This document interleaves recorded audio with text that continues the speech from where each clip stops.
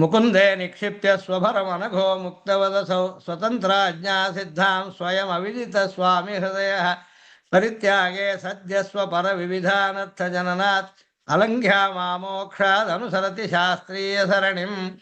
ಮೊದಲು ಏನಂದ್ರು, ಮುಕುಂದೇ ನಿಕ್ಷಿಪ್ಯ ಸ್ವಭರಂ, ತನ್ನ ಆತ್ಮರಕ್ಷಾ ಭರವನ್ನ ಪರಮಾತ್ಮನಲ್ಲಿ ಸಮರ್ಪಿಸಿ. ಮುಕುಂದ ಅನ್ನೋ ಶಬ್ದದಲ್ಲಿ ಮುಚ್ಚ ಕುಚ್ಚ ದದಾತೀತಿ ಮುಕುಂದ ಅಂತಿದೆ. ಐಹಿಕ ಸುಖಗಳನ್ನು ಅನುಗ್ರಹಿಸ್ತಾನೆ, ಮೋಕ್ಷ ಸುಖವನ್ನು ಕೊಡ್ತಾನೆ. ಅಂಥವನಲ್ಲಿ ಪರಮಾತ್ಮನಲ್ಲಿ ಸ್ವಭರಂ ನಿಕ್ಷಿಪ್ಯ, ತನ್ನ ಆತ್ಮರಕ್ಷಾ ಭರವನ್ನು ಸಮರ್ಪಿಸಿದ್ದಾನೆ. ಆದ್ದರಿಂದ ಅನಘ, ಇವನಿಗೆ ಇನ್ನು ಮುಂದೆ ಪಾಪಗಳು ಯಾವುದು ಹಳೆಯದೆಲ್ಲ ನಷ್ಟವಾಗುತ್ತೆ, ಮುಂದಿನ ಯಾವುದು ಅಂಟೋದಿಲ್ಲ. ಅಂಥ ಒಂದು ಶುದ್ಧ ದಶೆಯಲ್ಲಿ ಇಲ್ಲಿ ಇದ್ಕೊಂಡಿರೋನು ಮುಕ್ತವ ದಸೌ ಅಂತಾರೆ. ಮುಕ್ತರಂತೆ ಸಂಸಾರದಲ್ಲೇ ಇನ್ನು ಈ ಶರೀರ ಬೀಳೋವರೆಗೆ ಇರ್ತಾನೆ. ಆದರೆ ಇವನು ಮುಂದೆ ಹೇಗೆ ನಡ್ಕೋಬೇಕು ಅನ್ನೋದ್ರಲ್ಲಿ ಸ್ವತಂತ್ರಾಜ್ಞಾ ಸಿದ್ಧಾಂ, ಪರಮಾತ್ಮ ಸ್ವತಂತ್ರ, ಅವನು ಹೇಳಿದಂತೆ ನಾವು ಅವನಿಗೆ ಪರತಂತ್ರ ಆದವ್ರು ಕೇಳಬೇಕು.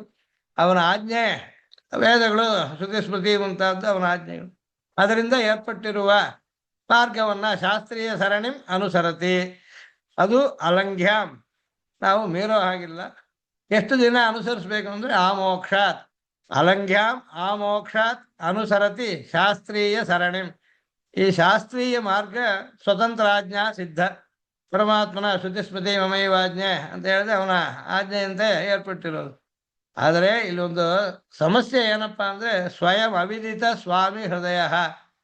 ನಮಗೆ ಪರಮಾತ್ಮನಿಗೆ ಏನು ಬೇಕು ಅನ್ನೋದು ನಮಗೆ ಗೊತ್ತಿಲ್ಲ. ಸ್ವಾಮಿ ಹೃದಯ ಏನು ಅಂತ ನಮಗೆ ವಿದಿತವಾಗಿಲ್ಲ. ಸರಿ, ತಿಳಿಲಿಲ್ಲ, ಅದರಿಂದ ಮಾಡಲಿಲ್ಲ ಅಂತ ಹೇಳ್ಬಿಡೋಣ ಅಂದರೆ ಪರಿತ್ಯಾಗೆ ಸದ್ಯ ಸ್ವಪರ ವಿವಿಧ ಅನರ್ಥ ಜನನಾತ್.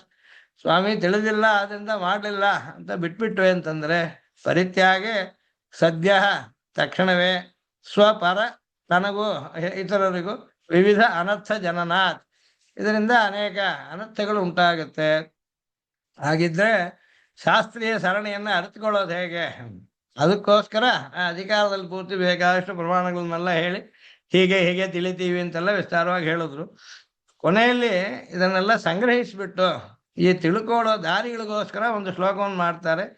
ಶ್ರುತಿ ಸ್ಮೃತ್ಯಾಚಾರೈ ಸ್ವಮತಿ ಗತಿಭಿ ಶುದ್ಧ ಮನಸಾಂ ಸುಸಂಕಲ್ಪೈ ಧರ್ಮ್ಯೈ ಕುಲಚರಣ ದೇಶಾದಿ ಸಮಯೈ ನಿಯೋಗೈರ್ಯೋಗ್ಯಾನಾಂ ನಿಯಮಯಿತು ಆದೇರಭಿಮತಂ ನಿಮಿತ್ತ ಸ್ವಪ್ನಾದ್ಯೈರಪಿ ನಿಪುಣಮನ್ವಿಚ್ಛತಿ ಬುಧ.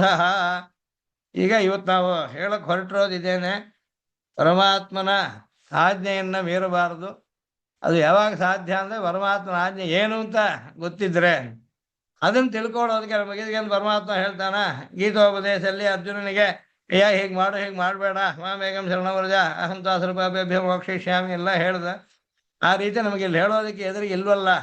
ಎದುರಿಗಿಲ್ಲ ಅಂತಲ್ಲ, ಅಂತರ್ಯಾಮಿಯಾಗಿ ಇದ್ಕೊಂಡಿದ್ದಾನೆ, ಸರ್ವವ್ಯಾಪಿಯಾಗಿ ಇದ್ಕೊಂಡಿದ್ದಾನೆ. ಆದರೆ ನಾವು ಅವ್ರನ್ನ ಅರ್ಥಕೊಳ್ಳೋದಕ್ಕೋ ಅವರೊಡನೆ ಸಂಭಾಷಣೆ ಮಾಡೋದಕ್ಕೋ ನಮಗೆ ಸಾಮರ್ಥ್ಯ ಇಲ್ಲ. ಆದ್ದರಿಂದ ಅವಿದಿತ ಸ್ವಾಮಿ ಹೃದಯ ಅಂತಾರೆ. ಸ್ವಯಂ ಅವಿದಿತ ಸ್ವಾಮಿ ಹೃದಯ. ಸ್ವಾಮಿ ನೀವು ಅನುಷ್ಠಾನ ಮಾಡಿ ಅಂತ ಹೇಳ್ಬಿಟ್ಟು ಅದಕ್ಕೆ ದಾರಿ ಗೊತ್ತಿಲ್ಲ ಅಂತ ಹೇಳಿದ್ರೆ ಏನು ಲಾಭ? ಅದಕ್ಕೋಸ್ಕರ ಕೊನೆಯಲ್ಲಿ ಸಂಗ್ರಹ ಶ್ಲೋಕದಲ್ಲಿ ಹೇಳ್ತಾರೆ, ವೇದಗಳಿಂದ ಅರ್ಥಕೋಬಹುದು. ಶ್ರುತಿ, ಅದಿಲ್ಲದಿದ್ದರೆ ಸ್ಮೃತಿ, ಆಚಾರೈಹಿ ಸದಾಚಾರ, ಮಹಾನುಗ ಶಿಷ್ಟರ ಮಹಾತ್ಮರ ಅನುಷ್ಠಾನದಂತೆ, ಹಾಗೆ ಸ್ವಮತಿ ಗತಿಭಿಹಿ. ತನಗೆ ಕೂಡ ಕೆಲವು ಅಂಶದಲ್ಲಿ ಸಂಸ್ಕೃತನಾದ ಶಿಷ್ಟನಾದ ಒಬ್ಬ ಪ್ರಪನ್ನನಿಗೆ ಪರಮಾತ್ಮನೇ ಒಂದು ಸ್ಫೂರ್ತಿಯನ್ನು ಕೆಲವು ಸಲ ಕೊಡ್ತಾನೆ. ಯಾರ ಹತ್ರ ಕೇಳಕ್ಕಾಗದೇ ಇರೋ ಸಂದರ್ಭದಲ್ಲಿ ಸ್ವಮತಿ ಗತಿಭಿಹಿ. ಆ ಸಮಯದಲ್ಲೂ ಶುದ್ಧ ಮನಸಾಂ ಸುಸಂಕಲ್ಪೈಹಿ ಧರ್ಮ್ಯೈಹಿ, ಶುದ್ಧ ಮನಸ್ಕರಾದ ಭಕ್ತೋತ್ತಮರ ಭಾಗವತೋತ್ತಮರ ಸಮೀಪದಲ್ಲಿ ಅವರ ಹತ್ರ ಕೇಳ್ಕೊಡೋದು, ವಿಚಾರಣೆ ಮಾಡೋದು. ಸುಸಂಕಲ್ಪೈಹಿ ಧರ್ಮ್ಯೈಹಿ, ಅದರಲ್ಲಿ ಕುಲಾಚಾರ, ಕುಲ ಚರಣ ದೇಶಾದಿ ಸಮಯೈಹಿ ಅಂತ ಹೇಳ್ತಾರೆ. ಕುಲಾಚಾರ ಅನ್ನೋದು ಅವರವರ ವಂಶ ಪಾರಂಪರ್ಯವಾಗಿರ್ತಾ ಇರುವ ಸದಾಚಾರಗಳು.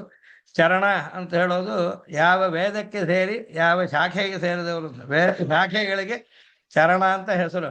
ಚರಣ ವ್ಯೂಹ ಎಂಬ ಗ್ರಂಥದಲ್ಲೇ 4 ವೇದವಾಗಿ ವಿಭಾಗ ಮಾಡಿದ್ದು, ಒಂದೊಂದು ವೇದದಲ್ಲಿ ಎಷ್ಟು ಶಾಖೆಗಳು, ಎಲ್ಲಿ ಯಾರು ಹೇಳ್ತಾರೆ ಅದನ್ನ ಇದೆಲ್ಲ ಹೇಳಿದೆ. ಚರಣ ಅನ್ನೋದು ತನ್ನ ಶಾಖೆಗೆ, ವೇದ ಶಾಖೆಗೆ ಅನುಗುಣವಾಗಿ. ಕುಲಾಚಾರ, ವೈದಿಕಾಚಾರ ಅವರವರ ವೇದ ಶಾಖೆಗೆ ತಕ್ಕ ಆಚಾರ. ದೇಶಾಚಾರ, ಯಾವ ಜಾಗದಲ್ಲಿ ಇರ್ತೀವೋ ಅಲ್ಲೆಲ್ಲರೂ ಹೇಗೆ ನಡ್ಕೊಳ್ತಾರೆ, ಇದು ಮುಂತಾದ ಸಮಯಿಗೆ. ಇದೊಂದು ಸಮಯ ಅಂತ ಅನ್ನೋದು ಹಿರಿಯರು ಏರ್ಪಡಿಸಿರುವ ಒಂದು ಕಟ್ಟುಪಾಡು.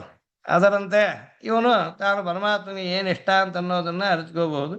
ಹಾಗೆ ನಿಯೋಗೈರ್ಯೋಗ್ಯಾನ, ಹಿರಿಯರಾದವರು ಶ್ರುತಿಯಲ್ಲಿ ಹೇಳುವಾಗ ಏತತ್ರ ಬ್ರಾಹ್ಮಣ ಸಂಮರ್ಶಿನ ಯುಕ್ತ ಯುಕ್ತ ಅಲೂಕ್ಷ ಧರ್ಮಗಾಮ ಸ್ಯುಹೋ ಅಂತ ಈ ರೀತಿ ಇದ್ದವರನ್ನ ಅವ್ರು ಹೇಗೆ ನಡ್ಕೊಂಡ್ರೆ ಹಾಗೆ ನೀನು ನಡ್ಕೋ ಅಂತ ಹೇಳುತ್ತೆ. ಯೋಗ್ಯಾನಾಂ ನಿಯೋಗೈ, ನಿಯೋಗ ಅಂದ್ರೆ ಆಜ್ಞೆ, ನಮಗೋಸ್ಕರ ಅವ್ರು ಮಾಡುವ ಆದೇಶಗಳು. ಅದರಿಂದ ಭಗವಂತನ ಅಭಿಪ್ರಾಯವನ್ನು ಅರಿತುಕೊಳ್ಳಬಹುದು. ನಿಯಮಯಿತು ಆದೇಹೇ ಅಭಿಮತಂ, ನಿಯಮಯಿತ ಅಂದ್ರೆ ಶಾಸ್ತ್ರ ಆಜ್ಞೆ ಮಾಡುವವನು ಸ್ವಾಮಿ, ನಮಗೆ ಸ್ವತಂತ್ರನಾದ ಪರಮಾತ್ಮ, ಅವನು ಆದಿ ನಿಯಂತ. ಅವನು ಇನ್ನೂ ಕೆಲವರಿಗೆ ಇವಾಗ ಆಚಾರ್ಯರು ಹೇಳಿದ್ರೆ ನೀವು ಕೇಳಿ ಅಂತ ಹೇಳಿದ್ರು, ಇಲ್ಲಿ ಅವರು ನಿಯಮಿತ ಆದರೆ ಪರಮಾತ್ಮನು ನಿಯಮಿತ ಆದರೆ ವ್ಯತ್ಯಾಸವೇನು? ಆದೇಹೇ ನಿಯಮಯಿತು, ಎಲ್ರಿಗೂ ಆದಿ ಕಾರಣನಾದ ಪರಮಾತ್ಮನ ಅಭಿಮತಂ, ಅವನಿಗೆ ಯಾವ ಸಮಯದಲ್ಲಿ ಯಾರಿಂದ ಏನು ಮಾಡಿದ್ರೆ ಇಷ್ಟ ಅನ್ನೋದನ್ನ ಅರಿತುಕೊಳ್ಳಬಹುದು. ನಿಪುಣಂ ಅನ್ವಿಚ್ಛತಿ ಬುಧ ಅಂತ ಕೊನೆಯಲ್ಲಿ ಮುಗಿಸ್ತಾರೆ. ಚೆನ್ನಾಗಿ ಸ್ಪಷ್ಟವಾಗಿ ಬುದ್ಧಿವಂತನಾದವನು ಅರಿತುಕೊಳ್ಳಬಹುದು. ಅಲ್ಲಿ ಇನ್ನೂ ಕೆಲವು ಹೇಳ್ತಾರೆ, ನಿಮಿತ್ತ ಸ್ವಪ್ನಾದ್ಯೈರಪಿ, ಕೆಲವು ಸಲ ನಿಮಿತ್ತಗಳಿಂದ ಶಕುನಗಳಿಂದ ಕೆಲವನ್ನ ತಿಳ್ಕೊಳ್ಳೋದು, ಸ್ವಪ್ನದಲ್ಲಿ ಕೆಲವು ಸಲ ಆದೇಶ ಸಿಗೋದು, ಹೀಗೆ ಅನೇಕ ಪ್ರಕಾರಗಳಲ್ಲಿ ಆದೇಹೇ ನಿಯಮಯತು ಅಭಿಮತಂ ನಿಪುಣಂ ಅನ್ವಿಚ್ಛತಿ. ಈ ಬುಧ ಅಂತ ಅನ್ನೋನು ಅನಘ ಅಂತ ಆತ್ಮಸಮರ್ಪಣೆ ಮಾಡಿದ ಪ್ರಪನ್ನ. ನಾವು ಇರೋಷ್ಟು ಕಾಲ ಭಗವದಾಜ್ಞೆಯನ್ನು ಮೀರದೆ ಅವನ ಇಷ್ಟದಂತೆ ನಡ್ಕೋಬೇಕು. ಅವನಿಗಿಷ್ಟ ಏನು ಅಂತ ಅರ್ಥಕೊಳ್ಳೋದಕ್ಕೆ ಇದಿಷ್ಟು ದಾರಿಗಳಿದೆ ಅಂತ ಹೇಳಿದ್ರು ಸ್ವಾಮಿ. ಇದರಲ್ಲಿ ನಾನು ಇದನ್ನ ಹಾಕಿದ್ದೇನೆ, ಅಧಿಕಾರ ಆರಂಭ ಗಾಥಾರ್ಥ ಸಾರಬೋಧನಿ ಎಂಬ ಅಹೋಬಲ ಮಠದ 42ನೇ ಸ್ವಾಮಿಗಳು ಇಂಜಿಮೋಟೈಸಿಂಗರನ್ನವರು ಬರೆದ ವ್ಯಾಖ್ಯಾನದಿಂದ ಅದನ್ನು ತೆಗೆದು ಆ ಸಮಯದಲ್ಲಿ ಬರೆದಿಟ್ಟಿದೆ ಯಾವುದೋ ಒಂದು ಸಂದರ್ಭಕ್ಕಾಗಿ.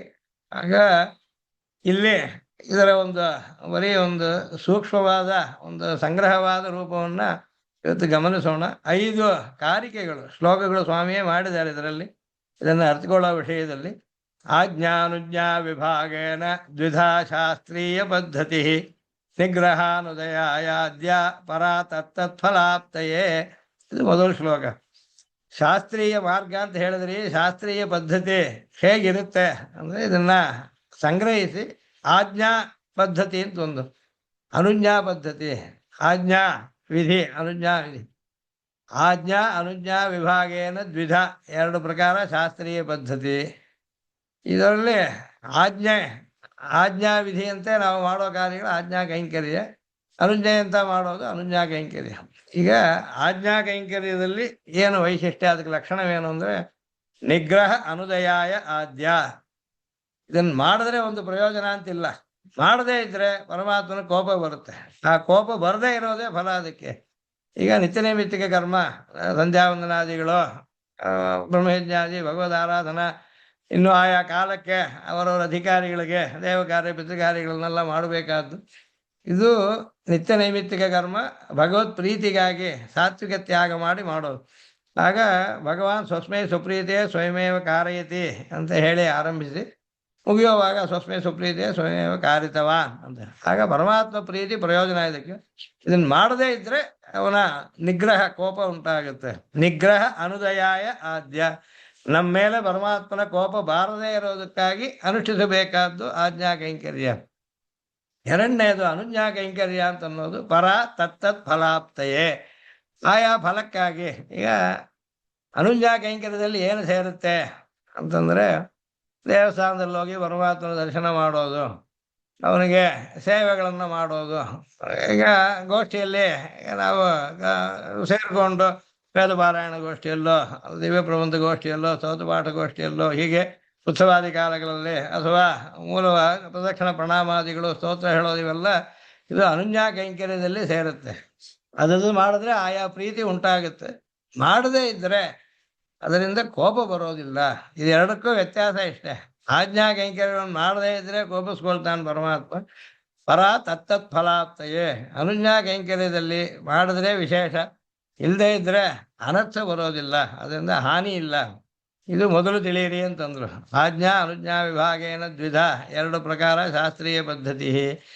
ಮೊದಲನೇದು ಆಜ್ಞಾ ಪದ್ಧತಿ ನಿಗ್ರಹ ಉದಿಸದೇ ಇರುವುದಕ್ಕಾಗಿ.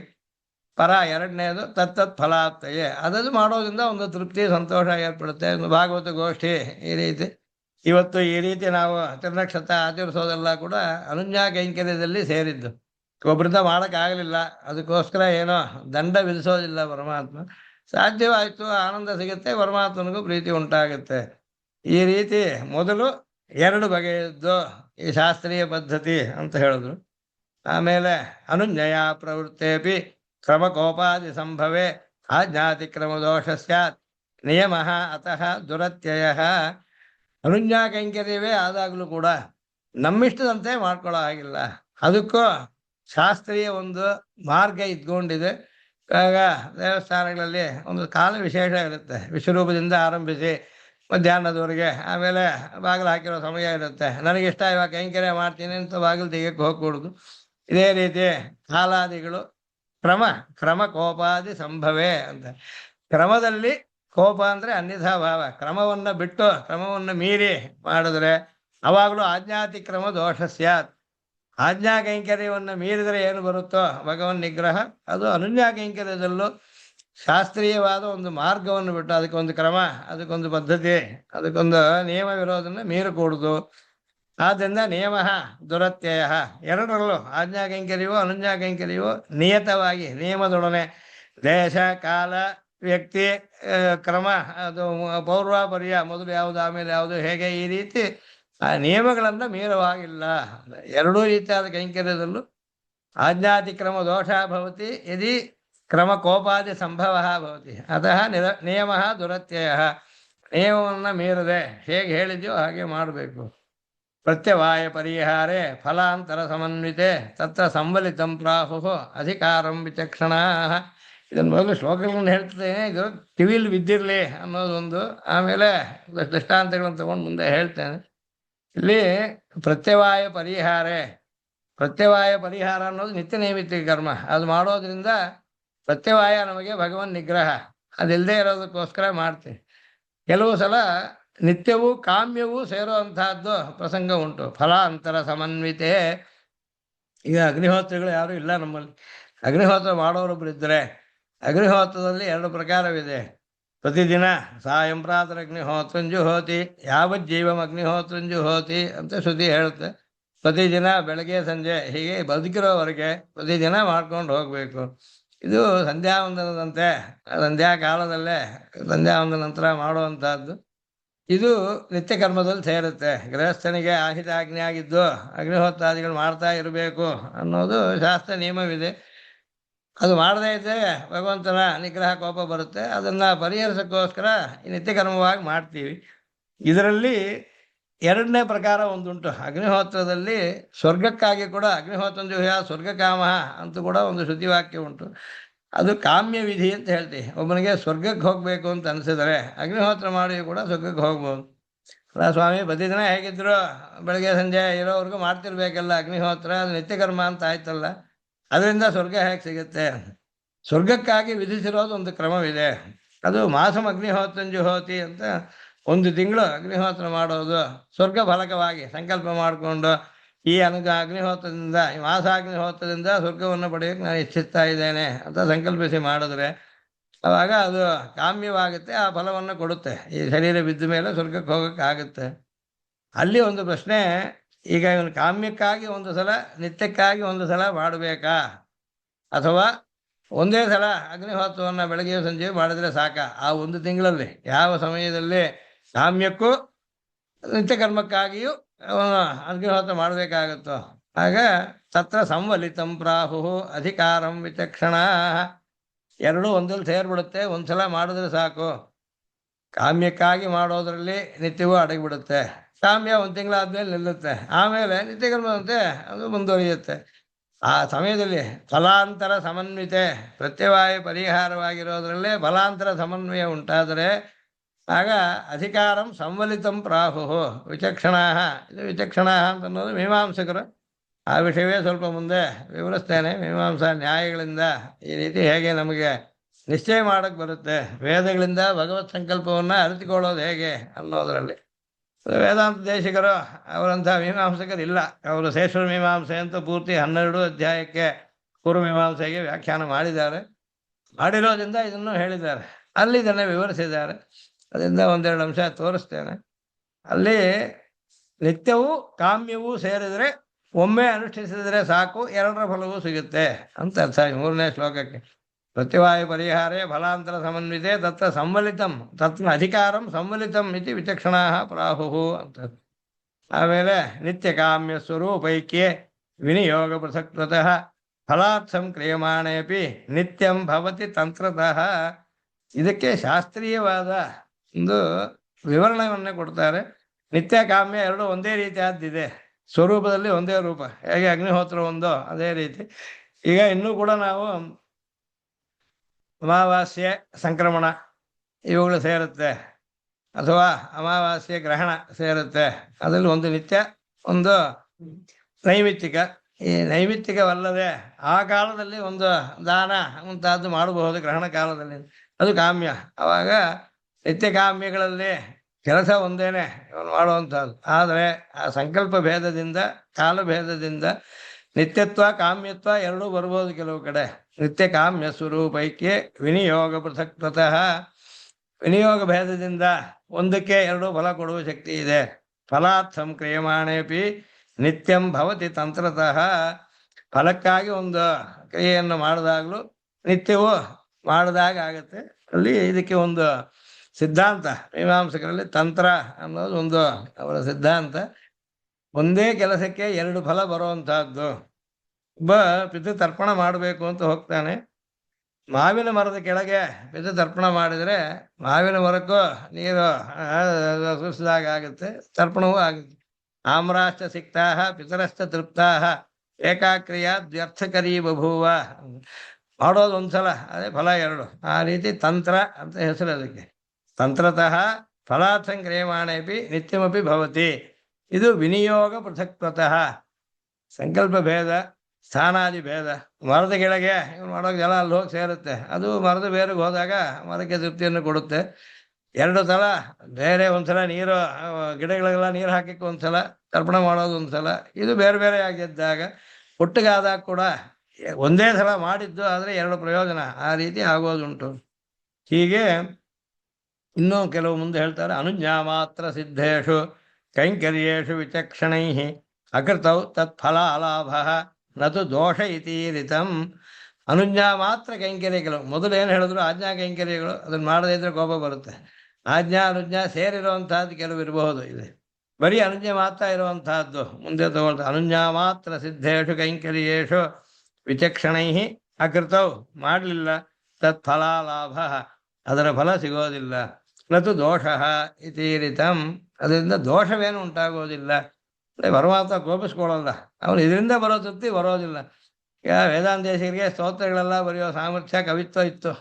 ಅವರು ಬೇಕಾದಷ್ಟು ಸಾವಿರಾರು ಶ್ಲೋಕಗಳು ಬರೆದು ತೃಪ್ತಿ ಪಡಿಸೋದು ಪರಮಾತ್ಮನನ್ನು. ನಮಗೆಲ್ಲ ಕವಿತ್ವ ಇಲ್ಲ, ನಾವು ಸ್ತೋತ್ರ ಮಾಡೋಕ್ಕಾಗಲ್ಲ.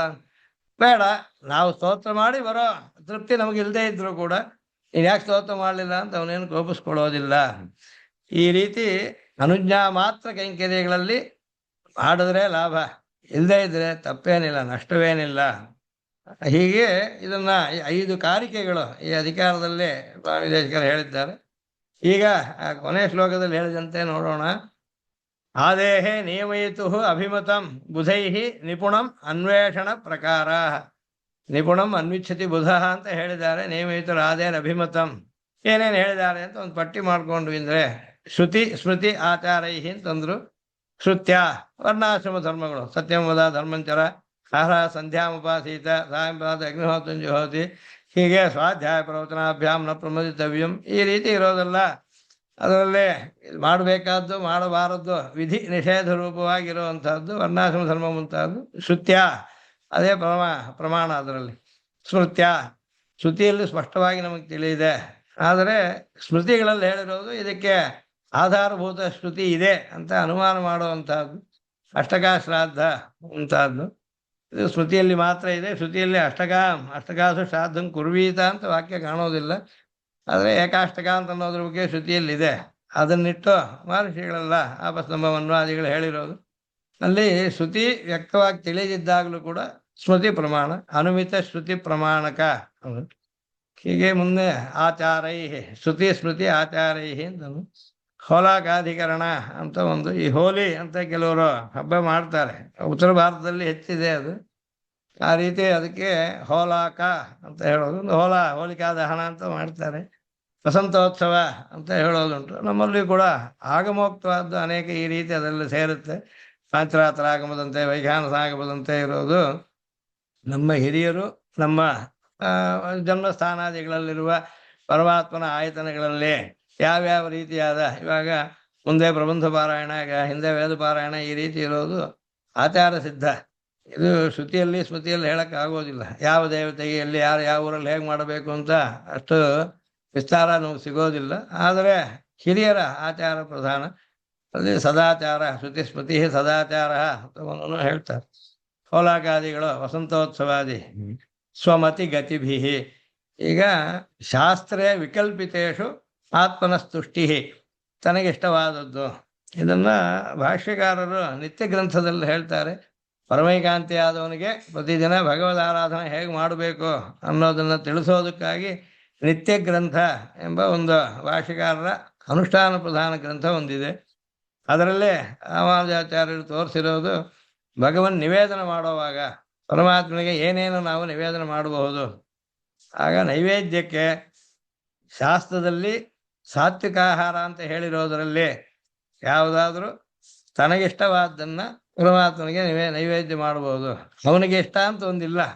ಆದ್ದರಿಂದ ಆದರೆ ನೀನು ಸ್ವೀಕರಿಸುವಾಗ ಸಾತ್ವಿಕ ಆಹಾರವನ್ನೇ ಸ್ವೀಕರಿಸಬೇಕು ಅಂತ ಶಾಸ್ತ್ರ ನಮಗೆ ವಿಧಿ ಮಾಡಿದೆ.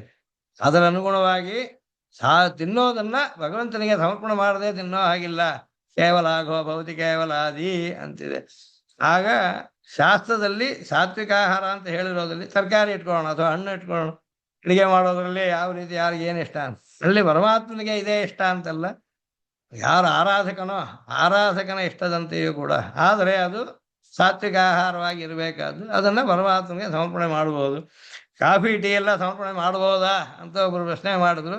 ಮಾಡೋ ಹಾಗಿಲ್ಲ ಅಂತ. ನೀವು ಕುಡಿಯೋದಿದ್ರೆ ನೀವು ಸ್ವಂತವಾಗಿ ಮಾಡಬೇಕು, ಅದು ಪರಮಾತ್ಮನ ಮಧ್ಯೆ ತರೋ ಹಾಗಿಲ್ಲ. ಹೀಗೆ ಕಾರಣ ಇಷ್ಟೇ, ಅದು ಶಾಸ್ತ್ರ ವಿಹಿತ ಅಂತಲ್ಲ. ಅದಕ್ಕೆ ಶಾಸ್ತ್ರೇ ವಿಕಲ್ಪಿತೇಶು. ಸಾತ್ವಿಕ ಆಹಾರದಲ್ಲಿ ಯಾವುದನ್ನಾದರೂ, ಈಗ ಒಬ್ಬೊಬ್ಬರ ಮನೆಯಲ್ಲಿ ಶ್ರೀ ಜಯಂತಿ ಬರೋ ಕಾಲದಲ್ಲಿ, ಗೋಕುಲಾಷ್ಟಮಿ ಕಾಲದಲ್ಲಿ ಎಷ್ಟು ಇದು ಭಕ್ಷಣಗಳು ಮಾಡ್ತಾರೆ ಅನ್ನೋದ್ರಲ್ಲಿ ಇದಕ್ಕೆ ಶಾಸ್ತ್ರ. ನೀವು ಪರಮಾತ್ಮನ ಪೂಜೆ ಮಾಡೋದೇ ಕೂಡ ಸದಾಚಾರ ಸಿದ್ಧವಾಗಿದೆ. ಸದಾಚಾರದಲ್ಲಿ ಆನ್ಹಿಕ ಸಿದ್ಧವಾಗಿದೆ. ನಮ್ಮ ಪೂರ್ವಾಚಾರ್ಯರು ಹೇಳ್ಕೊಟ್ಟಿರೋ ಹಾಗಿದೆ. ಆ ಮಾರ್ಗದಲ್ಲಿ ಒಬ್ಬರು 4 ಬಗೆಯದ್ದು ಮಾಡಿದ್ರು ಭಕ್ಷಣಗಳು, ಒಬ್ಬರು 50 ಮಾಡಿದ್ರು ಸ್ವಾಮಿ. ಅದರಲ್ಲೇ ಆತ್ಮನ ಸ್ತುಷ್ಟಿರೇವ. ಇಲ್ಲಿ ಕಾಳಿದಾಸ ಹೇಳಿರೋದು ಕೂಡ ಗಮನಿಸ್ಬೇಕು. ಕಣ್ವಾಶ್ರಮದಲ್ಲಿ ದುಷ್ಯಂತ ಅವನ ಕ್ಷತ್ರಿಯ ರಾಜ ಬರೋ ಕಾಲದಲ್ಲಿ ಅಲ್ಲಿ ಶಕುಂತಲೆಯನ್ನು ನೋಡ್ತಾನೆ. ಶಕುಂತಲೆ ಮೇಲೆ ಆಸೆ ಉಂಟಾಗುತ್ತೆ. ಆದರೆ ಮನಸ್ಸಲ್ಲಿ ತಕ್ಷಣ ಒಂದು ಭಯವೂ ಬರುತ್ತೆ. ಇನ್ನೂರು ಮಹರ್ಷಿ ಅವರು ಬ್ರಾಹ್ಮಣೋತ್ತಮರಲ್ಲ, ಒಂದು ವೇಳೆ ಅವ್ರ ಮಗಳಾಗಿದ್ದರೆ ಇವಳು, ಆಗ ನಾನು ಅವಳನ್ನ ಆಸೆ ಪಡಬಹುದಾ ಅಂತ ಜೊತೆಗೆ ಸಂದೇಹ ಬರುತ್ತೆ. ಆಗ ಅವನು ಹೇಳ್ಕೊಳ್ತಾನೆ, ಯಾರ ಹತ್ರ ಹೇಗೆ ವಿಚಾರ ಮಾಡಿ ತಿಳ್ಕೊಳಕ್ ದಾರಿ ಇಲ್ಲ, ಸರಿ ಅಂತಲೇ ಅನ್ಸುತ್ತೆ ನನಗೆ ಅಂತಾನ ಅವನಲ್ಲಿ. ಸತಾಂಹಿ ಸಂದೇಹ ಪದೇಶು ವಸ್ತುಷು ಪ್ರಮಾಣಂ ಅಂತಃಕರಣ ಪ್ರವೃತ್ತಯ.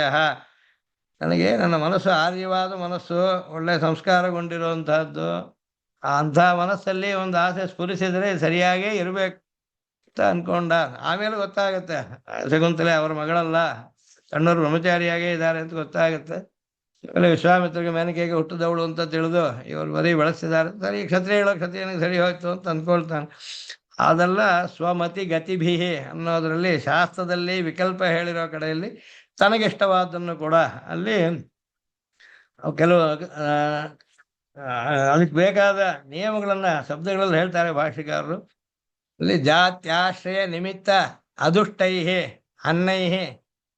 ಪರಮಾತ್ಮನಿಗೆ ನೈವೇದ್ಯ ಮಾಡಬೇಕು ಅನ್ನುವಾಗ ಜಾತಿ ದುಷ್ಟ ಕೆಲವು, ಆಶ್ರಯ ದುಷ್ಟ ಕೆಲವು, ನಿಮಿತ್ತ ದುಷ್ಟ, ಕಾಲ ದುಷ್ಟ, ಹೀಗೆಲ್ಲ ಅನೇಕ ಅನ್ನದಲ್ಲಿ ದೋಷಗಳನ್ನ ವರ್ಜಿಸಿ ಸಾತ್ವಿಕವಾದ ಆಹಾರದಲ್ಲಿ ಆತ್ಮನಶ್ಚ ಇಷ್ಟಾನಿ ಅಂತ ಒಂದು ಪದ ಪ್ರಯೋಗಿಸಿದ್ದಾರೆ ಭಾಷಿಕಾರರಲ್ಲಿ. ಆತ್ಮನ ಸ್ತುಷ್ಟಿಗೆ ಸ್ವಮತಿ ಗತಿಭೀಹಿ. ಇದು ವಿಕಲ್ಪ ಇರೋ ಕಡೆ ಮಾತ್ರ.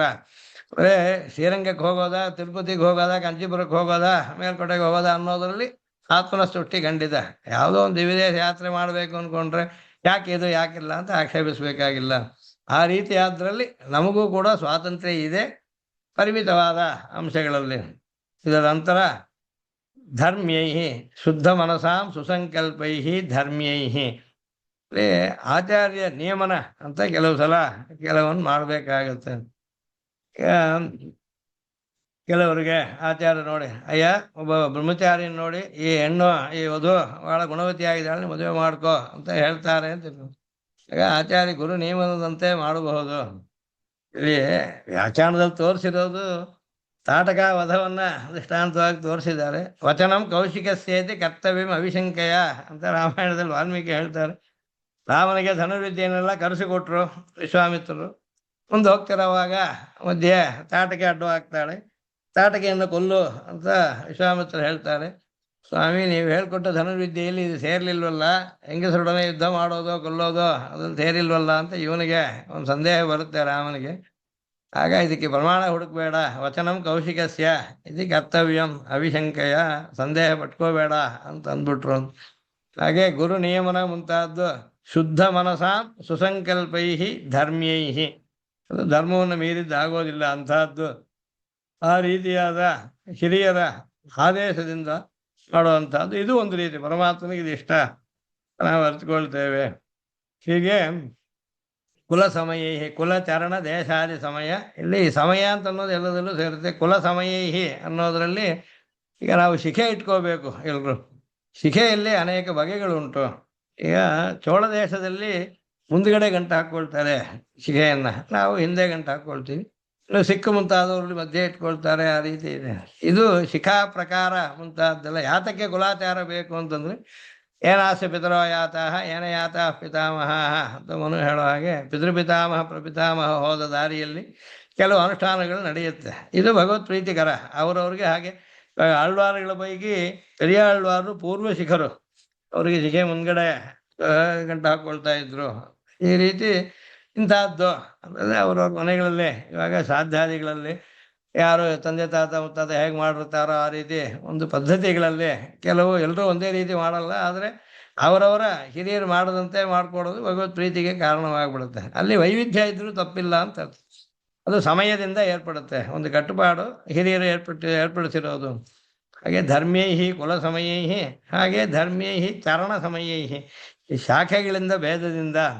ಇದು ಉಪಕರ್ಮ ಮುಂತಾದ್ರಲ್ಲಿ ನೋಡ್ಬೋದು. ಋಗ್ವೇದಿಗಳಿಗೆ ಬೇರೆ, ಯಜುರ್ವೇದಿಗಳಿಗೆ ಬೇರೆ, ಸಾಮವೇದಿಗಳಿಗೆ ಬೇರೆ, ಹೀಗೆಲ್ಲ. ಹಾಗೆ ಸಂಧ್ಯಾವಂದನದಲ್ಲಿಯೂ ಕೂಡ ಅವರವ್ರಿಗೆ ಮಂತ್ರಗಳು ಬೇರೆ, ಪ್ರಕಾರಗಳು ಬೇರೆ, ಪ್ರಾಯಶ್ಚಿತ್ತಾದಿಗಳಲ್ಲಿ ಮಂತ್ರಗಳು ಬೇರೆ, ಹೀಗೆಲ್ಲ ಇದೆ. ಇದು ವೇದ ಶಾಖೆಯನ್ನು ಅನುಸರಿಸಿ ಇದೇ ರೀತಿ ಉಪನಯನಾದಿಗಳಲ್ಲಿ ಕೂಡ, ಉಪನಯನ ವಿವಾಹಾದಿಗಳಲ್ಲಿ ಕೂಡ ಆ ಪ್ರಯೋಗಗಳೆಲ್ಲ ಸಂಸ್ಕಾರಗಳು, ಷೋಡಶ ಸಂಸ್ಕಾರಗಳಲ್ಲಿಯೂ ಕೂಡ ಅವರವರು ಸೂತ್ರಕಾರರು ಹೇಳಿದಂತೆ ನಾವು ನಡ್ಕೋಬೇಕು. ಅದನ್ನ ಚರಣ ಸಮಯೈಹಿ ಧರ್ಮ್ಯೈಹಿ, ಅದರಿಂದಲೂ ಧರ್ಮ ಉಂಟಾಗುತ್ತೆ, ಭಗವತ್ ಪ್ರೀತಿ ಉಂಟಾಗುತ್ತೆ. ಅದರ ನಂತರ ದೇಶ ಸಮಯೈಹಿ ಅಂತ, ಇಲ್ಲಿ ನರ್ಮದಾ ನದಿಯ ದಕ್ಷಿಣದಲ್ಲಿರೋರಿಗೆ ಒಂದು ರೀತಿ, ನರ್ಮದಾ ಉತ್ತರ ದೇಶವಾಸಿಗಳಿಗೆ ಈ ರೀತಿ ಅನೇಕ ಸ್ಮೃತಿಗಳಲ್ಲಿ ದೇಶಕ್ಕೆ ಅನುಗುಣವಾಗಿ ಅನುಷ್ಠಾನದಲ್ಲಿ ಭೇದಗಳನ್ನು ಹೇಳಿರುತ್ತೆ. ಅದು ದೇಶಾಚಾರದಲ್ಲಿ ಸೇರುತ್ತೆ. ಅದರಲ್ಲಿ ಹೋಲಿಕಾದಿಗಳು ಸೇರುವಂತಹದ್ದು. ಆಯಾ ದೇಶದಲ್ಲಿರೋರು ಅದನ್ನು ಆಚರಿಸ್ತಾರೆ. ಬೇರೆಯವ್ರು ಮಾಡದೇ ಇದ್ದರೆ ಅವ್ರಿಗೆ ದೋಷ ಬರಲ್ಲ. ಅಲ್ಲಿರೋರು ಮಾಡಬೇಕಾದ್ದು ಅವ್ರು ಹಿರಿಯರು ಮಾಡದಂತೆ ಮಾಡೋದು. ಇದು ಈ ರೀತಿ ಪರಮಾತ್ಮನಿಗೆ ಯಾವುದು ಅಭೀಷ್ಟ ಅಭಿಮತ ಅಂತ ಅರ್ಥಕೊಳ್ಳೋದ್ರಲ್ಲಿ. ಆಮೇಲೆ ನಿಯೋಗೈಹಿ ಯೋಗ್ಯಾನಾಂ ಅಂತ, ಧರ್ಮ್ಯೈ ಪ್ರತಿಷ್ಠಾಪಿತ ವೇದಾಂತಃ ಪ್ರತಿಕ್ಷಿಪ್ತ ಬಹಿರ್ಮತಃ ಭೂಯಾಸ್ತ್ರೈವಿಧ್ಯಮಾನ್ಯಸ್ತ್ವಂ ಭೂರಿ ಕಲ್ಯಾಣ ಭಾಜನಂ ಅಂತ ವೇದಾಂತ ದೇಶಿಗರಿಗೆ ನಡಾದೂರಮ್ಮಾಳವರು ಒಂದು ಅನುಗ್ರಹ ಮಾಡಿದರು.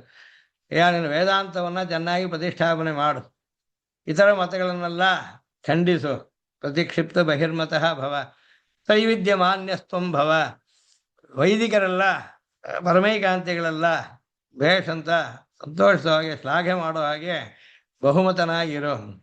ಹೀಗೆ ನೀನು ಎಲ್ಲ ಕ್ಷೇಮಗಳನ್ನು ಪಡೆಯುವವನಾಗು, ಭೂರಿ ಕಲ್ಯಾಣ ಭಾಜನಂ ಅಂತ ಇದು ಅನುಗ್ರಹ ಮಾಡಿದೆ. ಇದು ಎಲ್ರಿಗೂ ಹೇಳೋಕ್ಕಾಗೋದಿಲ್ಲ, ಎಲ್ರಿಗೂ ಮಾಡೋಕ್ಕೂ ಆಗೋದಿಲ್ಲ. ಹಾಗೆ ಯೋಗ್ಯಾನಾಂ ನಿಯೋಗೈಹಿ, ಅದು ಧರ್ಮೀಯವಾಗಿರುವಂಥ.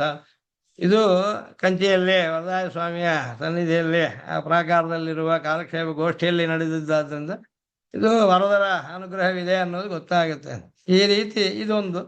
ಹೀಗೆ ಸಂಕಲ್ಪ ಸೂರ್ಯೋದಯಲ್ಲಿ ತಾನೇ ಹೇಳ್ಕೊಂಡಿದ್ದಾರೆ. ತಾನು ಸಾಕ್ಷಾತ್ ಭಾಷ್ಯಕಾರ ಶಿಷ್ಯನಾಗಿದ್ದಾಗೂ ಆ ಶರೀರ ಶಾರೀರಿಕ ಶಾಸ್ತ್ರ ಪ್ರವಚನ ವ್ರತ ಮಾದ್ರಿಯೇಥಾ ಅಂತನ್ನೋದು. ಕೆಲವರಿಗೆ ಶಾರೀರಿಕ ಶಾಸ್ತ್ರ ಅಧ್ಯಯನ ಪ್ರವಚನಗಳನ್ನ ಮಾಡ್ತಾ ಇದ್ರು. ವ್ರತವಾಗಿ ಇಟ್ಕೊಂಡು ಮಾಡು ಅಂತ ಅವರು ಅನುಗ್ರಹಿಸಿದಾಗೆ 30 ಬಾರಿ ಶ್ರೀಭಾಷ್ಯ ಕಾಲಕ್ಷೇಪ ಹೇಳಿದ್ದೇನೆ ಅಂತ ಅವರು ಸ್ವಾಮೀಜಿಗಳು ಹೇಳ್ಕೊಂಡಿದ್ದಾರೆ. ಇದೇ ರೀತಿ ರಾಮಾನುಜಾರಿ ದಿವ್ಯಾಜ್ಞಾ ವರ್ಧತಾಂ ವಿವರ್ಧತಾಂ ಅಂತ ಬರೆದಿದ್ದೇನೆ ಹೇಳ್ತೀವಿ. ಇದೆಲ್ಲ ಯೋಗ್ಯಾನಾಂ ನಿಯೋಗೈಹಿ, ಇದೆಲ್ಲ ಪರಮಾತ್ಮನ ಅಭಿಪ್ರಾಯಕ್ಕೆ ಸೇರೋದು. ಅದನ್ನು ನಾವು ಅನುಷ್ಠಿಸೋದು ನಮಗೆ ಅವನ ಪ್ರೀತಿಯನ್ನು ಉಂಟು ಮಾಡುತ್ತೆ. ಹೀಗೆ ನಿಮಿತ್ತ ಸ್ವಪ್ನಾದ್ಯೈರಪಿ ಅಂತ. ಈಗ ಭರತನ ಸ್ವಪ್ನ, ದಶರಥರ ಮರಣವಾದ ಹಾಗೆ ಭರತ ಕಂಡ ಸ್ವಪ್ನ, ಅದು ಆಮೇಲೆ ಹಾಗೆ ಸತ್ಯ ತಕ್ಷಣ ಎದ್ದಾಗ ಗೊತ್ತಾಯ್ತು. ಸಜಟಾ ಸ್ವಪ್ನ, ಒಂದು ಸ್ವಲ್ಪ ಕಾಲದಲ್ಲೇ ಮೇಲೆ ನಿಂತಿದ್ದ ಆಂಜನೇಯ ಇವಳು ಹೇಳಿದಂತೆ ಅದೇ ಲಂಕೆಯನ್ನು ಭಸ್ಮ ಮಾಡಿದ್ದನ್ನು ಅವಳು ಸ್ವಪ್ನದಲ್ಲಿ ನೋಡಿದೆ ಅಂತ ಹೇಳ್ತಾಳೆ. ಸತ್ಯವೇ ಆಯ್ತು. ಆಮೇಲೆ ಹೋಬಳಿ ಮಠದಲ್ಲಿ ಆದಿವನ್ ಷಡಗೋಪ ಸ್ವಾಮಿಗಳು ಅನ್ನೋರು ಪ್ರಥಮ ಆಚಾರ್ಯರು. ಅವರು ಮೇಲ್ಕೋಟೆಯಲ್ಲಿ ಜನಿಸಿದವರು. 20 ವರ್ಷದಲ್ಲಿ ಶಾಸ್ತ್ರ ಕಾಲಕ್ಷೇಪವನ್ನೆಲ್ಲ ಮುಗಿಸಿದ್ದವ್ರಿಗೆ ಸ್ವಪ್ನದಲ್ಲಿ ಅಹೋಬಲದ ಲಕ್ಷ್ಮೀನರಸಿಂಹ ಸ್ವಾಮಿ ಅವರಿಗೆ ನಿಯಮನ ಮಾಡಿ ಅಹೋಬಲ ಬರಕ್ಕೆ ಹೇಳಿ ಅಲ್ಲಿ ಅವರಿಗೆ ಸನ್ಯಾಸವನ್ನು ಕೊಟ್ಟು ತನ್ನ ಮೂರ್ತಿಯನ್ನು ಕೊಟ್ಟು ಹಿಂದಿನವರೆಗೆ ಇವಾಗ 600 ವರ್ಷದ ಮೇಲಾಗಿ ಆ ಪರಂಪರೆ ನಡೆದು ಬರ್ತಾ ಇದೆ, ಆಚಾರ್ಯ ಪರಂಪರೆ. ಇದು ವೇದಗಳಲ್ಲಿ ಹೇಳುತ್ತೆ, ಯಮೇ ವೈಷ ವೃಣುತೆ ತೇನ ಲಭ್ಯ ತಸ್ಯೈಷ ಆತ್ಮ ವಿವೃಣುತೆ ತನೋಂ ಸ್ವಾಂ ಅಂತ. ಅವನೇ ಒಬ್ಬನನ್ನ ವರಿಸಿದರೆ ಅವನಿಂದ ಅವನು ಪಡೆಯತಕ್ಕವನು.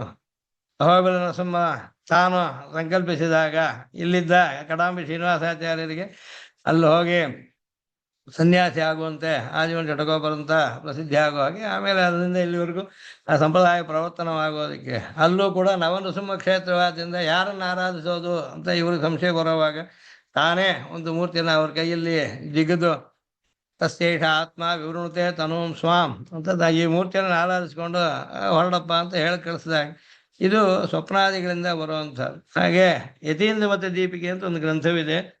ಅದರಲ್ಲೇ ಆ ಗ್ರಂಥಕರ್ತ ಹೇಳ್ತಾರೆ, ಸ್ವಪ್ನೇದ್ಯ ದೃಷ್ಟಾನ್ ಮಮ ದೇಶಿಕೇಂದ್ರಾನ್ ಅಂತಾರೆ. ಅವರು ದೊಡ್ಡಯಾಚಾರ ಅಂತ ಮಹಾಚಾರ್ಯರ ಶಿಷ್ಯರವರು. ಅವರು ಈ ಗ್ರಂಥ ಬರೆಯುವಾಗ ಹೇಳ್ತಾರೆ, ನನಗೆ ಸ್ವಪ್ನದಲ್ಲಿ ಪೂರ್ವಾಚಾರ್ಯರುಗಳೆಲ್ಲ ಬಂದರು, ಶ್ರೀ ವೆಂಕಟೇಶಂ ಕರಿಶೈಲನಾಥಂ ಅಂತ ಹೀಗೆ ದೇವರುಗಳು ಮತ್ತು ಅವರ ಆಚಾರ್ಯರು ಹೀಗೆ ಎಲ್ಲರೂ ಬಂದು ನನಗೆ ಒಂದು ನಿಯಮನ ಮಾಡಿದ್ದನ್ನಿಟ್ಟು ಮಿತಾದ್ವೈತ ಸಂಗ್ರಹವನ್ನು ಒಂದು ಗ್ರಂಥರೂಪವಾಗಿ ಬರೀತೇನೆ ಅಂತ. ಈ ರೀತಿ ಇವು ನಿಮಿತ್ತ ಸ್ವಪ್ನಾದ್ಯೈರಪಿ ಹೀಗೆ ಅನೇಕ ಪ್ರಕಾರದಲ್ಲಿ. ಈಗ ಶ್ರೀರಂಗದಲ್ಲಿ ಅಧ್ಯಯನೋತ್ಸವ ನಿಂತ ಕಾಲದಲ್ಲಿ ಭಕ್ತರೆಲ್ಲ ಪ್ರಾರ್ಥಿಸ್ಕೊಂಡಾಗ ದೇಶಿಗರು ಬಂದು ವಾದಾದಿಗಳನ್ನು ಮಾಡಿ ಇತರ ಸಿದ್ಧಾಂತಿಗಳನ್ನು ಒಪ್ಪಿಸಿ ಆಮೇಲೆ ಈ ಉತ್ಸವಾದಿಗಳು ನಡೆಯೋದಕ್ಕೆ ದಾರಿ ಮಾಡಿದ್ರು. ಇದೆಲ್ಲ ಆಯಾ ಸಮಯದಲ್ಲಿ ಅನೇಕ ಪ್ರಕಾರದಲ್ಲಿ ಬಾದುಕಾಶಾಸ್ತ್ರ ಬರೆದಿದ್ದು ಇಂಥದ್ದೆಲ್ಲ ನೋಡ್ತೇವೆ. ಈ ರೀತಿ ಭಗವಂತನ ಆಜ್ಞೆಯನ್ನು ಅರಿತುಕೊಳ್ಳೋದು ಹೇಗೆ ಅನ್ನೋದರಲ್ಲಿ ಅನೇಕ ಪ್ರಕಾರಗಳನ್ನು ತಾನೇ ಪಟ್ಟಿ ಮಾಡಿ ತೋರಿಸಿದರು. ಅದಕ್ಕೆ ಆಧಾರವನ್ನು ಮೀಮಾಂಸಾದಿ ಶಾಸ್ತ್ರಗಳ ಆಧಾರವನ್ನು ಮೊದಲು ಕಾರಿಕೆಗಳಲ್ಲಿ ತೋರಿಸಿದ್ದಾರೆ. ಆದ್ಯಂತ ಶ್ಲೋಕಗಳಲ್ಲಿ ಮಾಡಬೇಕಾದ್ದು ಸಮಸ್ಯೆ ಇದು, ಪರಿಹಾರ ಹೀಗೆ ಅಂತ ತೋರಿಸ್ಕೊಟ್ಟಿದ್ದಾರೆ. ಈಗ ಇದನ್ನು ಮನಸ್ಸಿಗೆ ಸ್ವಲ್ಪ ಸ್ಪಷ್ಟವಾಗೋದಕ್ಕೋಸ್ಕರ ಹೀಗೆ ತಿಳ್ಕೋಬೋದು. 5 ಶ್ಲೋಕಗಳಲ್ಲಿ ಹೇಳಿರೋದನ್ನು ಶಾಸ್ತ್ರೀಯ ಪದ್ಧತಿ ದ್ವಿಧ ಆಜ್ಞಾ ಅನುಜ್ಞಾ ವಿಭಾಗೇನ ದ್ವಿಧ ಶಾಸ್ತ್ರೀಯ ಪದ್ಧತಿ ಹೀಗೆ ಮಾಡಿಕೊಂಡ್ವಿ ಅಂದರೆ ಅದರ ವರ್ಣಾಶ್ರಮ ಧರ್ಮ ಮುಂತಾದ್ದು ಆಜ್ಞಾ. ಶಾಸ್ತ್ರ ಸಾಪೇಕ್ಷವಾದ ಪ್ರೀತಿಕಾರಿತ ಕೈಂಕರ್ಯ. ನಮಗೆ ಭಗವಂತನಿರುವ ಭಕ್ತಿಯಿಂದ ಪ್ರೀತಿಯಿಂದ ನಾವು ಯಾವುದೋ ಒಂದು ಕೈಂಕರ್ಯ ತಗೊಂಡು ಹೊರಡ್ತೀವಿ. ಆದರೆ ಅದು ಶಾಸ್ತ್ರ ಹೇಗೆ ಹೇಳುತ್ತೋ ಹಾಗೆ ಮಾಡಿದ್ರೆ ಮಾತ್ರ ಯುಕ್ತ. ಆ ರೀತಿ ಮಾಡೋದರಲ್ಲಿ ಆಜ್ಞಾ ಕೈಂಕರ್ಯಕ್ಕೆ ಪ್ರಯೋಜನ ನಿಗ್ರಹ ಅನುದಯ, ಅನುಜ್ಞಾ ಕೈಂಕರ್ಯಕ್ಕೆ ತತ್ತತ್ ಫಲಾಪ್ತಿ. ಇಲ್ಲಿ ನಿಗ್ರಹ ಅನುದಯಾಯ ಆದ್ಯ ಪರ ತತ್ತತ್ ಫಲಾಪ್ತೆಯೇ ಅಂತ ಹೇಳಿದ್ದು ಮೊದಲು ಶ್ಲೋಕ ಹೀಗೆ ಸಂಗ್ರಹಿಸಬಹುದು. ಪ್ರತ್ಯವಾಯ ಪರಿಹಾರೇ ಫಲಾಂತರ ಸಮನ್ವಿತೆ. ಅಲ್ಲೂ ಕೂಡ ಅನುಜ್ಞೆಯ ಪ್ರವೃತ್ತಿಯಪಿ ಕ್ರಮಕೋಪಾಲಿ ಸಂಭವೆ ಆಜ್ಞಾತಿಕ್ರಮ ದೋಷ ಸ್ಯಾತ್ ಅಂತ 2ನೇ ಶ್ಲೋಕ ಇದು. ಅದರಲ್ಲಿ ನಿಯಮ ಅತಃ ದುರತ್ಯಯ, ಇದರಲ್ಲಿ ಯಾವುದರ ನಂತರ ಯಾವುದು ಅನ್ನೋದರಲ್ಲಿ ಒಂದು ಪಂಚಕಾಲ ಕ್ರಿಯಾದೀಪ ಅಂತ ಒಂದು ಆನ್ನಿಕ ಗ್ರಂಥವಿದೆ.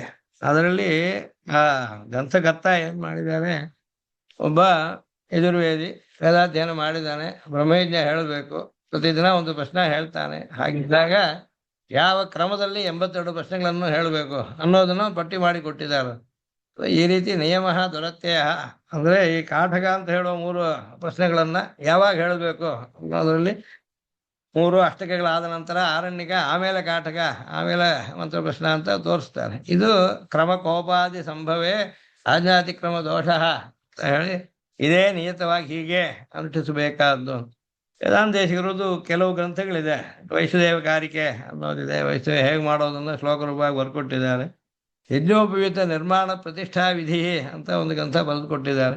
ಯಜ್ಞೋಪವೀತವನ್ನು ಹೇಗೆ ತಯಾರು ಮಾಡಬೇಕು, ಹೇಗೆ ಅದಕ್ಕೆ ಸಂಸ್ಕಾರಾದಿಗಳನ್ನು ಮಾಡಿ ಪ್ರತಿಷ್ಠೆಗಳನ್ನು ಮಾಡಿ ಪರಮಾತ್ಮನಿಗೆ ಸಮರ್ಪಿಸಿ ಆಮೇಲೆ ನಾವು ಧರಿಸ್ಬೇಕು, ಇದ್ರ ಬಗ್ಗೆ ಎಲ್ಲ ಹೇಳಿದೆ. ಅದರಲ್ಲೆಲ್ಲ ಇದು ಅನುಜ್ಞಾ ಕೈಂಕರ್ಯ ಹೌದು.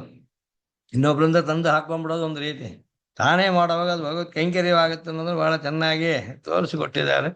17 ಶ್ಲೋಕಗಳು ಬರೀತಾರೆ ಸಗ್ಧರ ಶ್ಲೋಕಗಳಲ್ಲಿ. ಈ ರೀತಿ ಇರೋದು ಕ್ರಮಕೋಪಾದಿ ಸಂಭವೇ ಆಜ್ಞಾತಿಕ್ರಮ ದೋಷ. ಈ ಮಂತ್ರಗಳೇ ಹೇಳಬೇಕು, ಈ ದಿವಸಗಳಲ್ಲೇ ಹತ್ತಿಯಿಂದ ನೂಲು ತೆಗಿಬೇಕು, ಈ ಮಂತ್ರಗಳನ್ನು ಹೇಳಬೇಕು, ಇದೆಲ್ಲ ನಿಯಮ ತೋರಿಸ್ಕೊಡ್ತಾರೆ. ಇದು ಏನಾಗುತ್ತೆ, ಭಗವತ್ ಪ್ರೀತಿಗೆ ಬಹಳ ಉಪಕಾರಕ. ಆ ಪ್ರೀತಿ ನಮಗಿದ್ದಾಗ ಜೀವನವೂ ಸುಗಮವಾಗುತ್ತೆ. ಮೋಕ್ಷ ಹೇಗಿದ್ರು ಅವನು ಕೊಡ್ತಾನೆ ಅಂತ ಒಪ್ಕೊಂಡಿದ್ದಾನೆ ಈಶ್ವರ. ಇದು ಈ ಜೀವನ ಶೈಲಿಗೆ, ಜೀವನದಲ್ಲಿ ಯಾವುದಕ್ಕೆ ಪ್ರಾಧಾನ್ಯ ಕೊಡೋದು, ಯಾವ ಆಧಾರದಲ್ಲಿ ನಡ್ಕೊಳ್ಳೋದು ಅನ್ನೋದ್ರಲ್ಲಿ ಇವುಗಳು ಮಾರ್ಗದರ್ಶಕವಾಗಿರುತ್ತೆ. 3ನೇ ಶ್ಲೋಕದಲ್ಲಿ ಪ್ರತಿವಾಯ ಪರಿಹಾರೇ ಫಲಾಂತರ ಸಮನ್ವಿತೆ ತತ್ರ ಸಂವಲಿತಂ ಪ್ರಾಹು ಅಧಿಕಾರಂ ವಿಚಕ್ಷಣ. ಇಲ್ಲಿ ಇದೊಂದು ಗಮನಿಸಬೇಕು. ಪಶುಯಾಗೆ ಅವಧಾನ ಕ್ರಮ ಅಂತ ಒಂದು ದೃಷ್ಟಾಂತ ತೋರಿಸಿದ್ದಾರೆ. ಇದೆಲ್ಲ ಮೀಮಾಂಸಾ ವಿಷಯ. ಆದರೂ ಎಲ್ಲೂ ಮೀಮಾಂಸೆ ಯಾರು ಓದಕ್ಕಾಗಲ್ಲ. ಇದನ್ನ ವೇದಾಧ್ಯಯನ ಮಾಡಿ ಶಾಸ್ತ್ರಾಧ್ಯಯನ ಮಾಡೋರು ಹೇಳೋರು ಸಿಗೋದಿಲ್ಲ. ಸುಮ್ಮನೆ ಕಿವಿಯಲ್ಲಿ ಹಾಕೋದಕ್ಕೋಸ್ಕರ ಇದನ್ನು ಬರೆದಿಟ್ಕೊಂಡಿದ್ದೇನೆ. ಇಲ್ಲಿ ಪಶುಯಾಗ ಅಂತ ಉಂಟು. ಸೋಮಯಾಗ ಮಾಡುವಾಗ ಪಶುವನ್ನಿಟ್ಟು ಜೀವಪದಲ್ಲಿ ಕಟ್ಟಿ ಸಂಸ್ಕಾರಾದಿಗಳನ್ನು ಮಾಡಿ ಆಮೇಲೆ ಅದರ ಅಂಗಗಳನ್ನೆಲ್ಲ ವಿಸರ್ಜನೆ ಮಾಡಿ ತೆಗೆದು ಅದಕ್ಕೆಲ್ಲ ಹೋಮ ಮಾಡೋದು, ಇದನ್ನೆಲ್ಲ ಹೇಳಿದೆ ಶಾಸ್ತ್ರದಲ್ಲಿ. ಅದರಲ್ಲಿ ಅಂಗಗಳಲ್ಲಿ ಏಕಾದಶ ವದಾನ ನ್ಯವದ್ಯತಿ ಅಂತಿದೆ. 11 ಅಂಗಗಳ ಹೋಮ ಮಾಡಬೇಕಾದ್ದು. ಅದರಲ್ಲಿ ನಿಯಮ ಮೊದಲು 3ಕ್ಕೆ ಮಾತ್ರ. ಮೊದಲು ಇದು, 2ನೇದು, 3ನೇದು. ಬಾಕಿ ಇರೋ 8ರಲ್ಲಿ ಸ್ವೇಚ್ಛೆಯಂತೆ ಯಾವುದು ಹೇಗೆ ಅನ್ಸಿದ್ರೆ ಹಾಗೆ ಮಾಡ್ಕೊಳ್ಳಿ, ಹೀಗೆ ಹೇಳಿದ್ದಾರೆ. ಅದನ್ನು ಪಶುಯಾಗೆ ಅವಧಾನ ಕ್ರಮ ಅಂತ ಇದನ್ನು ದೃಷ್ಟಾಂತವಾಗಿ ತೋರಿಸಿದೆ ವ್ಯಾಖ್ಯಾನದಲ್ಲಿ. ನಿಯಮ ದುರತ್ಯಯ ಅಂದರೆ ಹೇಗಿದ್ರು ಮಾಡ್ತೀವಿ, ಮುಂದಿಂದಾದ್ರೆ ಏನಂತೆ ಅಂತ ಹೇಳ್ಕೊಡುದು, ಹೇಗಿದ್ರು ಮಾಡ್ತೀವಿ ಯಾವಾಗ ಮಾಡಿದ್ರೆ ಏನಂತೆ ಹೇಳ್ಕೊಡುದು. ಈ ರೀತಿ ಕಾಲದಲ್ಲಿ ಕ್ರಮದಲ್ಲಿ ಹೀಗೆ ಕ್ರಮಕೋಪಾದಿ ಸಂಭವೇ ಅಂತ ಅವಾಗ ಆಜ್ಞಾತಿಕ್ರಮ ದೋಷವೇ ಬರುತ್ತೆ. ಹಾಗೆ ಈ ನಿತ್ಯ ನೈಮಿತ್ತಿಕ ಸೇರುವಂತಹದ್ದು, ನಿತ್ಯ ಕಾಮ್ಯ ಸೇರುವಂತಹದ್ರಲ್ಲಿ ಪ್ರತಿವಾಯು ಪರಿಹಾರೇ ಫಲಾಂತರ ಸಮನ್ವಿತೆ ಅಧಿಕಾರ ಸಂವಲಿತ ಅಂತ. ಇದು ಜಾತೇಷ್ಟ್ಯಾದಿ ಅಂತ ದೃಷ್ಟಾಂತ ಹೇಳಿದ್ದಾರೆ. ಜಾತೇಷ್ಟಿ ಅಂತ ಅನ್ನೋದೊಂದು, ಒಬ್ಬ ಗೃಹಸ್ಥನಿಗೆ ಗಂಡು ಮಗ ಹುಟ್ಟಿದರೆ, ಗಂಡು ಮಗು ಹುಟ್ಟಿದ ಕೂಡಲೇ ಮಾಡಬೇಕಾದ ಆಹಿತಾಜ್ಞೆ ಆಗಿದ್ದರೆ ಮಾತ್ರ ಸಾಧ್ಯ. ಇದೊಂದು ಶ್ರೌತ ಕಾರ್ಯ. ಜಾತೇಷ್ಟಿ ವೈಶ್ವಾನರಂ ದ್ವಾದಶಕಪಾಲ ನಿರ್ವಪೇತ್ ಪುತ್ರೇ ಜಾತೆ ಅಂತ ವಿಧಿ ಇದೆ. ಪುತ್ರೇ ಜಾತೆ ಸತಿ ವೈಶ್ವಾನರಂ ದ್ವಾದಶಕಪಾಲಂ ನಿರ್ವಪೇತ್ ಅಂತ ಒಂದಿದೆ. ಈಗ ಇದು ಎಲ್ರಿಗೂ ಇದಕ್ಕೆ ಅವಕಾಶ ಇಲ್ಲದೇನೂ ಇರ್ಬೋದು. ಒಬ್ಬರಿಗೆ ಗಂಡು ಮಗುವೇ ಇಲ್ಲ ಅಂತ ಇಟ್ಕೊಳ್ಳೋಣ, ಅವಾಗ ಅವ್ರು ಜಾತೇಷ್ಟಿ ಮಾಡೋದಕ್ಕೆ ಪ್ರಸಂಗವೇ ಬರೋದಿಲ್ಲ. ಜಾತೇಷ್ಟಿ ಮಾಡಿದ್ರೆ ಗಂಡು ಮಗು ಹುಟ್ಟಿದ್ದು ಮಾಡ್ದ ಅಂದರೆ ಇದು ಜಾತಕರ್ಮ ಮಗನಿಗೆ ಮಾಡೋದು ನಿತ್ಯಕ್ರಮದಲ್ಲಿ ಸೇರಿದ್ದು. ಅವನ ಷೋಡ ಸಂಸ್ಕಾರಗಳಲ್ಲಿ ತಂದೆ ಮಾಡಬೇಕಾದ್ದು ಪುನಃ ಪರ್ಯಂತ ಅಂದರೆ ಉಪಕರ್ಮ, ಅದಕ್ಕೆ ಬೇಕಾದ ಆಮೇಲೆ ಆ ತಂದೆಯ ವೇದಾಧ್ಯಯನ ಮಾಡೋರಾದರೆ ಅವನಿಗೆ ಅಷ್ಟವ್ರತಗಳ ಮುಂತಾದನ್ನು ಮಾಡಿಸ್ಬಹುದು. ಆಗ ಅವೆಲ್ಲ ನಿತ್ಯಕರ್ಮದಲ್ಲಿ ಸೇರಿರುವಂಥದ್ದು. ಅದರಲ್ಲೇ ಈ ಜಾತೇಷ್ಟಿಯಲ್ಲಿ ಜಾತಕರ್ಮದಲ್ಲಿ ಸೇರೋವಾಗ ನಿತ್ಯವೂ ಆಗುತ್ತೆ. ಆ ಯಾಗಕ್ಕೆ ಒಂದು ಫಲವನ್ನು ಶ್ರುತಿ ಹೇಳುತ್ತೆ. ವೈಶ್ವಾನರಂ ದ್ವಾದಶಕಪಾಲಂ ನಿರೂಪೇತ್ ಪುತ್ರೇ ಜಾತೆ ಅಂತ ಹೇಳಿಬಿಟ್ಟು 12 ಕಪಾಲಗಳಲ್ಲಿ ಇದರ ಶ್ರವಣವನ್ನ ಅದನ್ನ ಪಕ್ವ ಮಾಡಬೇಕು ಅಂತಿದೆ. ಸಮಯ ಇದ್ರೆ ತೋರಿಸ್ತೀನಿ, ಅದು ಕೆಲವೊಂದು ಚಿತ್ರಗಳೆಲ್ಲ ಹಾಕ್ಸಿದ್ದೀನಿ, ಅದರಲ್ಲಿ ನೋಡಬಹುದು. ಯದಷ್ಟಾಕಪಾಲೋ ಭವತಿ ಗಾಯತ್ರ್ಯೈವೈನಂ ಬ್ರಹ್ಮವಟ್ಟಸೇನ ಪುನಾತಿ ಯನ್ನವಕಪಾಲಃ ತ್ರಿವೃತೈವಾಸ್ಮಿನ್ ತೇಜೋ ದಧಾತಿ ಯದ್ದಶಕಪಾಲಃ ವಿರಾಜೈವಾಸ್ಮಿನ್ ಅನ್ನಾರ್ಜುನ್ ದಧಾತಿ ಯದೇಕಾದಶಕಪಾಲಃ ತ್ರಿಷ್ಟುಭೈವಾಸ್ಮಿನ್ ಇಂದ್ರಿಯಂ ದಧಾತಿ ಯದ್ವಾದಶಕಪಾಲಃ ಜಗತ್ಯೈವಾಸ್ಮಿನ್ ಪಶೂನ್ ದಧಾತಿ ಅಂತ ಹೇಳುತ್ತೆ. 12 ಕಪಾಲಗಳಲ್ಲಿ ಪಕ್ವ ಮಾಡಿ ಪುರೋಡಾಶವನ್ನು ಅಗ್ನಿಗೆ ವೈಶ್ವಾನರಿಗೆ ಕೊಡಬೇಕು ಅಂತ ಹೇಳಿಬಿಟ್ಟು 8 ಕಪಾಲಗಳಿಗೆ ಈ ಫಲ 9ಕ್ಕೆ 10ಕ್ಕೆ 11ಕ್ಕೆ 12ಕ್ಕೆ ಅಂತ ಹೇಳುತ್ತೆ. ಅದರ ಬಗ್ಗೆ ವಿಚಾರ ಎಲ್ಲ ಉಂಟು. ಅದನ್ನೆಲ್ಲ ಅದು ತೀರ್ಮಾನ ಮಾಡುವಾಗ ಏನಾಗುತ್ತೆ, ನೀನು ಮಾಡೋ ನಿತ್ಯಕರ್ಮ ಅಂತ ಆದರೆ ಅದರಲ್ಲಿ ಎಷ್ಟು ಕಪಾಲಗಳಂತೆ ನೀನು ಮಾಡ್ತಾ ಹೋದರೆ ಹೇಳಿರೋದೇ ದ್ವಾದಶ ಕಪಾಲ. ಆದರೆ ಮಧ್ಯೆ ಮಧ್ಯೆ ಅವಾಂತರ ಫಲಗಳು ಕೂಡ ಇದೆ. 8 ಕಪಾಲಗಳಲ್ಲಿ ಶ್ರವಣವಾಗುವ ವೇಳೆಗೆ ಅವನಿಗೆ ಪವಿತ್ರತೆ ಉಂಟಾಗುತ್ತೆ. ಊತ ಏವತೆ ಜಸ್ವ್ಯನ್ನಾದ ಇಂದ್ರಿಯ ವೀಪಶುಮಾನ್ ಭವತಿ. ದ್ವಾದಶ ಕಪಾಲ ಮಾಡುವಾಗ 5 ಫಲಗಳು ಸಿಗುತ್ತೆ. 8, 9, 10, 11, 12 ಆಯಾ ಕಪಾಲಗಳ ದಶೆಯಲ್ಲಿ, ಅವಾಂತರ ದಶೆಯಲ್ಲಿರುವಾಗಲೇ ಈ ಫಲಗಳೆಲ್ಲ ಉಂಟಾಗುತ್ತೆ. ಇದು ಕಾಮ್ಯವಲ್ಲ. ಆ ಫಲಕ್ಕೋಸ್ಕರ ಇವನು ಮಾಡದೇ ಇದ್ರು, ಜಾತಕರ್ಮ ಮಾಡಬೇಕಾದ ನಿತ್ಯಕರ್ಮ ಅಂತ ಮಾಡಿದಾಗ್ಲು ಆ ಫಲಗಳು ಬಂದು ಸೇರುತ್ತೆ. ಅಲ್ಲಿ ಪ್ರತಿವಾಯ ಪರಿಹಾರ ಒಂದು. ನಿತ್ಯಕರ್ಮ ಮಾಡಿದ್ರೆ ಪರಮಾತ್ಮನ ನಿಗ್ರಹ ಬರೋದಿಲ್ಲ. ಜೊತೆಯಲ್ಲಿ ಫಲಾಂತರ ಸಮನ್ವಯ, ಆ ಹುಟ್ಟೋ ಮಗುವಿಗೆ ಪವಿತ್ರತೆ ಉಂಟಾಗುತ್ತೆ, ತೇಜಸ್ವಿಯಾಗಿ ಆಗ್ತಾನೆ, ಅನ್ನ ಸಮೃದ್ಧಿ ಉಳ್ಳವನಾಗ್ತಾನೆ, ಇಂದ್ರಿಯ ಶಕ್ತಿ ಪೂರ್ಣವಾಗಿರುವಂತಹನಾಗ್ತಾನೆ, ಪಶು ಸಮೃದ್ಧಿ ಉಳ್ಳವನಾಗ್ತಾನೆ ಅಂತಲೂ ಹೇಳಿದೆ. ಅದಕ್ಕಾಗಿ ಮಾಡದಿದ್ದಾಗಲೂ ಅದು ಒಂದು ಸೇರುತ್ತೆ. 2 ಲಾಭ ಅಲ್ಲಿ. ಇದು ಸಂವಲನ ಅಂತ, ಅಧಿಕಾರ ಮಿಲಿತವಾಗಿರುತ್ತೆ ಅಂತ ಅರ್ಥ. ಹಾಗೆ ನಿತ್ಯಕಾಮ್ಯ ಸ್ವರೂಪೈಕ್ಯ ವಿನಿಯೋಗ ಪ್ರಸಕ್ತತಃ ಅಲ್ಲಿ ಕಾಮ್ಯಾತ್ ನಿತ್ಯಂ ಭವತಿ ತಂತ್ರತಃ. ಕಾಮ್ಯದ ಅನುಷ್ಠಾನ ಮಾಡಿದ್ರೇನೆ ನಿತ್ಯವೂ ಮಾಡಿದಾಗ ಆಗ್ಬಿಡುತ್ತೆ ಅಂತ. ನಿತ್ಯ ಅಗ್ನಿಹೋತ್ರ, ಕಾಮ್ಯಾಗ್ನಿಹೋತ್ರ, ಇದು ದೃಷ್ಟಾಂತ. ಹಾಗೆ ಅನುಜ್ಞಾ ಮಾತ್ರ ಸಿದ್ಧೇಶು ಕೈಂಕರ್ಯೇಶು, ಆಗ ಮಾಡದೇ ಇದ್ರೆ ಆಯಾ ಫಲ ಇಲ್ಲ ಅಷ್ಟೇ, ಅದು ದೋಷವೇನಿಲ್ಲ. ಅದಕ್ಕಾಗಿ ಪ್ರಾಯಶ್ಚಿತ್ತಾದಿಗಳೇನು ಮಾಡ್ಕೋಬೇಕಾಗಿಲ್ಲ. ಅಕೃತವು ತತ್ಫಲಾಲಾಭ ನತು ದೋಷ. ಇದಕ್ಕೆ ದೃಷ್ಟಾಂತ ಉತ್ಸವ ಕಾಲದಲ್ಲಿ ವೇದ ಪಾರಾಯಣ, ಮಾಲಾಕರಣ, ದೇವರಿಗೆ ಮನೆಯಲ್ಲಿ ನಂದನವನವಿದ್ರೆ ಪುಷ್ಪವನ್ನೆಲ್ಲ ಬೆಳೆಸಿ ಕೊಯ್ದು ಶುದ್ಧವಾಗಿ ತೆಗೆದು ಮಾಲೆಯಾಗಿ ಜೋಡಿಸಿ ಸಮರ್ಪಿಸ್ಬೋದು. ಆಂಡಾಳ್ ಮಾಡಿದ್ದು, ಬೆರಿಯಾಳ್ವಾರು ಮಾಡಿದ್ದು, ತುಂಡುಪ್ರಿಯಾಳ್ವಾರು ಮಾಡಿದ್ದು, ಈ ರೀತಿ ನೋಡ್ತಿದ್ದೀವಿ. ಮಾಲಾಕರಣ, ದೀಪಾರೋಪಣ, ದೇವಸ್ಥಾನಗಳಲ್ಲಿ ಹೋಗಿ ದೀಪ ಬೆಳಗಿಸೋದು, ಶುದ್ಧ ಮಾಡೋದು ಸ್ಥಾನವನ್ನೆಲ್ಲ, ಈ ರೀತಿ ರಂಗೋಲಿ ಹಾಕೋದು, ಇಂಥದ್ದು. ಶ್ರೀಭಾಷ್ಯ ಅಧ್ಯಯನ ಪ್ರವಚನಾದಿ ಪಂಚಕೈಂಕರ್ಯಾದಿ ಇವುಗಳು ಕೂಡ ಅನುಜ್ಞಾ ಮಾತ್ರ ಸಿದ್ಧ. ರಾಮಾಚಾರ್ಯ ದಿವ್ಯಾಜ್ಞಾ ಅದು ಮೊದಲು ಹೇಳ್ತಾ ಶಿವಾಶ್ಯತೆ ವಾಶ್ಯತೆ ಪ್ರವೃತ್ತಿ ಪಿತ್ತಲ್, ಭಾಷ್ಯತೆ ವಾಶ್ಯತೆ ಅಂತಿದೆ, ಕೆಲವರು ಶಿವಾಶ್ಯತೆ ಅಂತಲೇ ಹೇಳಬೇಕು. ಗೀತಾ ಭಾಷೆಗಳು ಸೇರಿಸ್ಕೋಬಹುದು. ಹೀಗೆ ಅದಲ್ಲದೆ ಇದ್ದರೆ, ಅದು ಸಾಧ್ಯವಾಗದಿದ್ದರೆ ಅವಾಗ ದಿವ್ಯ ಪ್ರಬಂಧತೆ ಅರುಳಿತಿಯಲ್ಲಿ ವಾಸಿತ ಪ್ರವೃತ್ತಿ ಪಿತ್ತಲ್ಲಿ ಈ ರೀತಿ ಹೇಳಿರೋದಿದೆ. ಇವೆಲ್ಲ ಅನುಜ್ಞಾ ಮಾತ್ರ ಸಿದ್ಧ ಕೈಂಕರ್ಯಗಳು. ಈಗ ಇದು ಆ ಶ್ಲೋಕದಲ್ಲಿ ಹೇಳಿದ್ದರೆ ಒಂದು ಕಲ್ಪನೆ ಮನಸ್ಸಲ್ಲಿ ಬರೋದಕ್ಕೆ ವ್ಯಾಖ್ಯಾನ. ಈ ವ್ಯಾಖ್ಯಾನದಲ್ಲಿ ಇದಿಷ್ಟು ಮಾತ್ರ ಬೇಕು. ಕೆಲವು ಈ ಕ್ರಮಕೋಪಾದಿ ಸಂಭವ ಇದಕ್ಕೆಲ್ಲ ಇದು PPT ಆಗಿದ್ದರೆ ಅದರಲ್ಲಿ ಕ್ಲಿಕ್ ಮಾಡಿದ್ರೆ ಆ ಲಿಂಕ್ ಹೋಗ್ತಾ ಇತ್ತು ಅಲ್ಲಿಗೆ. ಓಕೆ, ಇಲ್ಲೇ ಕೂಡ ನೋಡ್ತೀನಿ. ಇಲ್ಲಿಂದ ಸ್ಕ್ರೀನ್ ಕಾಣಿಸ್ತಾ ಇದೆಯಾ? ಕಾಣಿಸ್ತಿದೆ ಹೇಳಿ. ಸರಿ ಸರಿ. ಯಾಕಂದ್ರೆ ನಾವು PPT ಅಲ್ಲೇ ನೋಡಿದ್ರೆ ಲಿಂಕ್ ಓಪನ್ ಆಗಬಹುದು. ನಾನು ವೆಬ್ಸೈಟ್ ಕೂಡ ಇದೆ, ಅಲ್ಲಿಂದಲೂ ಲಿಂಕ್ ಹಾಕಿದ್ದೆ ಕೆಲವಕ್ಕೆ. PDF ಮಾಡಿದ್ರೆ ಕೆಲವು ಕಷ್ಟ. PDF ಮಾಡಿದ್ರೆ ಕೆಲವು ನಾವು ಯಾವ ಉದ್ದೇಶಕ್ಕೆ ಮಾಡಿರ್ತೀವಿ, ಆಡಿಯೋ ವಿಡಿಯೋ ಎಲ್ಲ ಬರೋದು ಸ್ವಲ್ಪ ಕಷ್ಟವಾಗಬಹುದು. ಸರಿ, ಇವಾಗ ಇಲ್ಲಿ ಕ್ರಮಕೋಪಾದಿ ಸಂಭವೇ ಅಲ್ಲಿ ಏನು ಹೇಳಿದೆ ಅಂದ್ರೆ 11 ಅಂಗಗಳಿದೆ. ಹೊಸ ಬೇರೆ PPT ಬಂದಿಲ್ಲ, ಸಾರಬೋಧಿನಿ ವ್ಯಾಖ್ಯಾ PPTನೇ ಇದೆ. ಹೌದಲ್ಲ, ಅದರಲ್ಲೇ ಅಲ್ಲ. ಇವಾಗ 8ನೇ ಸ್ಲೈಡ್ ಇದು. ಈ ಸ್ಲೈಡೇನೆ ಅಲ್ಲೂ ಇದ್ದಿದ್ದು ಅಲ್ಲಿ. ಅದನ್ನೇ ನಾನು ಏನ್ ಮಾಡಿದೀನಿ, PDF ಅಲ್ಲದೆ ಇವಾಗ ನೋಡಿ, PDF ಅಲ್ಲೂ ಅದೇ ಇತ್ತು. ಇವಾಗ ನಾವು ಬಂದಿದ್ದು ಇಲ್ಲಿಗೇನೆ. ಇಲ್ಲಿ ಹೈಪರ್ ಲಿಂಕ್ ಇದೆ. ಹೈಪರ್ ಲಿಂಕ್ ವರ್ಕ್ ಆಗೋಕ್ಕೋಸ್ಕರ ನಾನು ಹೋದೆ ಅಷ್ಟೇನೆ. ಕಂಟೆಂಟ್ ಅದೇನೆ. ಅದಕ್ಕೆ ನಾನು ಮೊದಲು PPT ಟ್ರೈ ಮಾಡಿದ್ದು. ಇರ್ಲಿ. ಈಗ ಈ ಕ್ರಮಕೋಪ ಅಂದ್ರೆ ಏನು, ಶ್ರುತಿಯಲ್ಲಿ ಏನು ಹೇಳುತ್ತೆ, ಏಕಾದಶ ಅವಧಾನಾನ್ಯವದ್ಯತಿ, 11 ಅಂಗಗಳ ಹೋಮ ಮಾಡೋದ್ರಲ್ಲಿ ಹೃದಯಸ್ಯಾಗ್ರೇ ವದ್ಯತಿ ಅಥ ಜಿಹ್ವಾಯ ಅಥ ವಕ್ಷಸಃ ಅಂತ ಮೊದಲು ಹೃದಯವನ್ನ, ಆ ಪಶುವಿನ ಅಂಗಗಳಲ್ಲಿ ಹೃದಯವನ್ನ ಮೊದಲು ಹೋಮ ಮಾಡಬೇಕು. ಹೃದಯಸ್ಯ ಅಗ್ರೇ ಅವದ್ಯತಿ.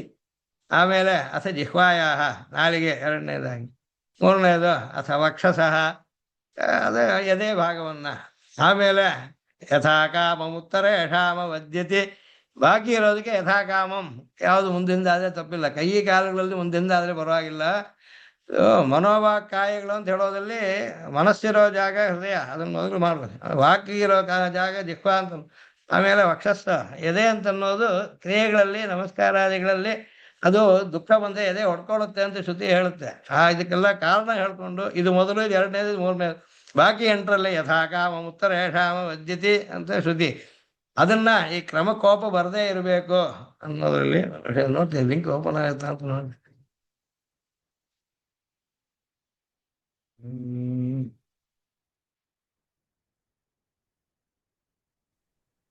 ನೋಡ್ತೀನಿ ಪಾತ ಸರಿಯಾಗಿದ್ರೆ ಇದು ಓಪನ್ ಆಗುತ್ತೇನೋ. ಇದು ಅಂದ್ರೆ ಇದು ಎಲ್ಲಿ ಹೇಗೆ ಯಾಗ ನಡೆಯುತ್ತೆ ಅನ್ನೋದ್ರ ಬಗ್ಗೆ ಏನಾದ್ರು ಸ್ವಲ್ಪ ದೊಡ್ಡದು ಮಾಡ್ಕೊಂಡು ನೋಡ್ತೀನಿ ನೋಡಿ, ಏನಾದ್ರು ಸ್ವಲ್ಪ ಕಾಣುತ್ತಾ ಅಂತ ನೋಡಿ. ಯಾಗ ಎಲ್ಲಿ ಹೇಗೆ ಮಾಡ್ತಾರೆ, ಉತ್ತರ ವೇದಿ ಅನ್ನೋದು ಎಲ್ಲಿದೆ, ಯೂಪ ಎಲ್ಲಿದೆ, ಹೋಮ ಮಾಡೋದು ಎಲ್ಲಿ, ಆ ರೀತಿ ಗೊತ್ತಾಗೋಕ್ಕೋಸ್ಕರ ಅಂದ್ರೆ ಈ ಕಾಲದಲ್ಲಿ ಯಜ್ಞೀಯ ಪ್ರಕ್ರಿಯೆ ಯಾವುದೇ ಹೇಳಿದ್ರು ಜನಕ್ಕೆ ಅದು ಏನು ಅಂತ ಅನ್ನೋದು ಕೂಡ ಅರ್ಥವಾಗೋದಿಲ್ಲ. ಕಾಲಕ್ಷೇಪಾದಿಗಳಲ್ಲಿ ಬಿಟ್ಟು ಹೋಗ್ಬಿಡುತ್ತೆ.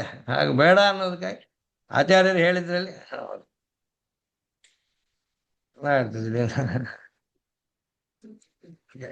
ಸ್ಕ್ರೀನ್ ಇಸ್ ಪಾಸ್ಡ್ ಅಂತ ಇದೆ.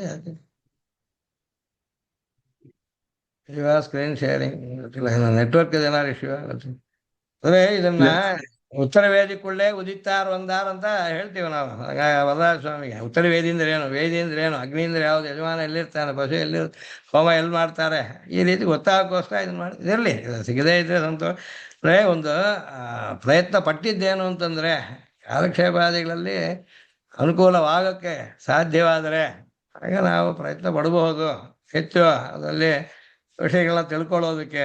ಸರಿ, ಸರಿ. ಅಂದ್ರೆ ಇದು ಕ್ರಮಕೋಪ ಅಂತಂದ್ರೆ ಯಾಗ ಹಿಡಿದು ಎಲ್ಲಿ ಯಾವಾಗ ಯಾರು ಮಾಡ್ಬೇಕು, ನಿಂತು ಮಾಡೋದು ಕೆಲವು, ಕೂತು ಮಾಡೋದು ಕೆಲವು, ಈ ರೀತಿಯಾಗಿ ಏನೇನು ನಿಯಮವಿರುತ್ತೋ ಅದಕ್ಕೆ ಹಿಡದೇ ಇರಬೇಕು.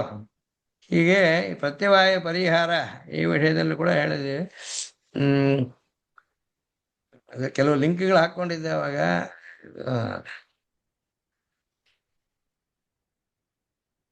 ಬೇರೆ ಬೇರೆ ಫೈಲ್ಸ್ ಇದೆ, ಅದನ್ನೆಲ್ಲ ಲಿಂಕ್ ಮಾಡೋಕ್ಕೋಸ್ಕರ ಒಂದು ಮಾಡಿಟ್ರಿ.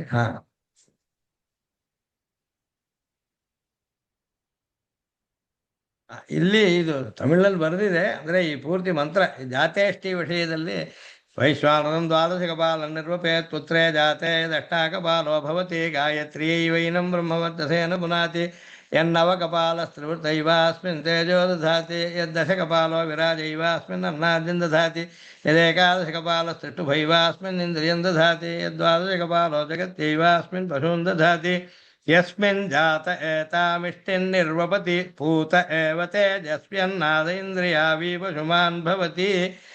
ಇದು ಈ ವಿಷಯವನ್ನು ತಗೊಂಡು ದೇಶಿಗರು ಹೇಳ್ತಾರೆ. ಇದನ್ನ ಈ ಶ್ಲೋಕಗಳು ಬರೆಯೋದಕ್ಕಿಂತ ಇದಕ್ಕೆ ಇವಾಗ ನಾನು ಶೈಕ್ಷಮೀಮಾಂಸೆ ನಮಗೆ ತಾಳಗೆರೆ ಸಿಕ್ಕಿದೆ, ಅದನ್ನ ಈ ಅಧ್ಯಾಯದ ಟೈಪ್ ಮಾಡಿದ್ರೆ ಅದಕ್ಕಾಗಿ 13 ಪುಟಗಳು 13 ಲೀಫಲ್ಲಿದೆ. ಅದು ನೋಡಿದ್ರೆ ಇದು ಪೂರ್ತಿ ಎಷ್ಟು ವಿಸ್ತಾರವಾಗಿ ವಿವರಣೆ ಮಾಡಿದ್ದಾರೆ ಸ್ವಾಮಿಗಳು.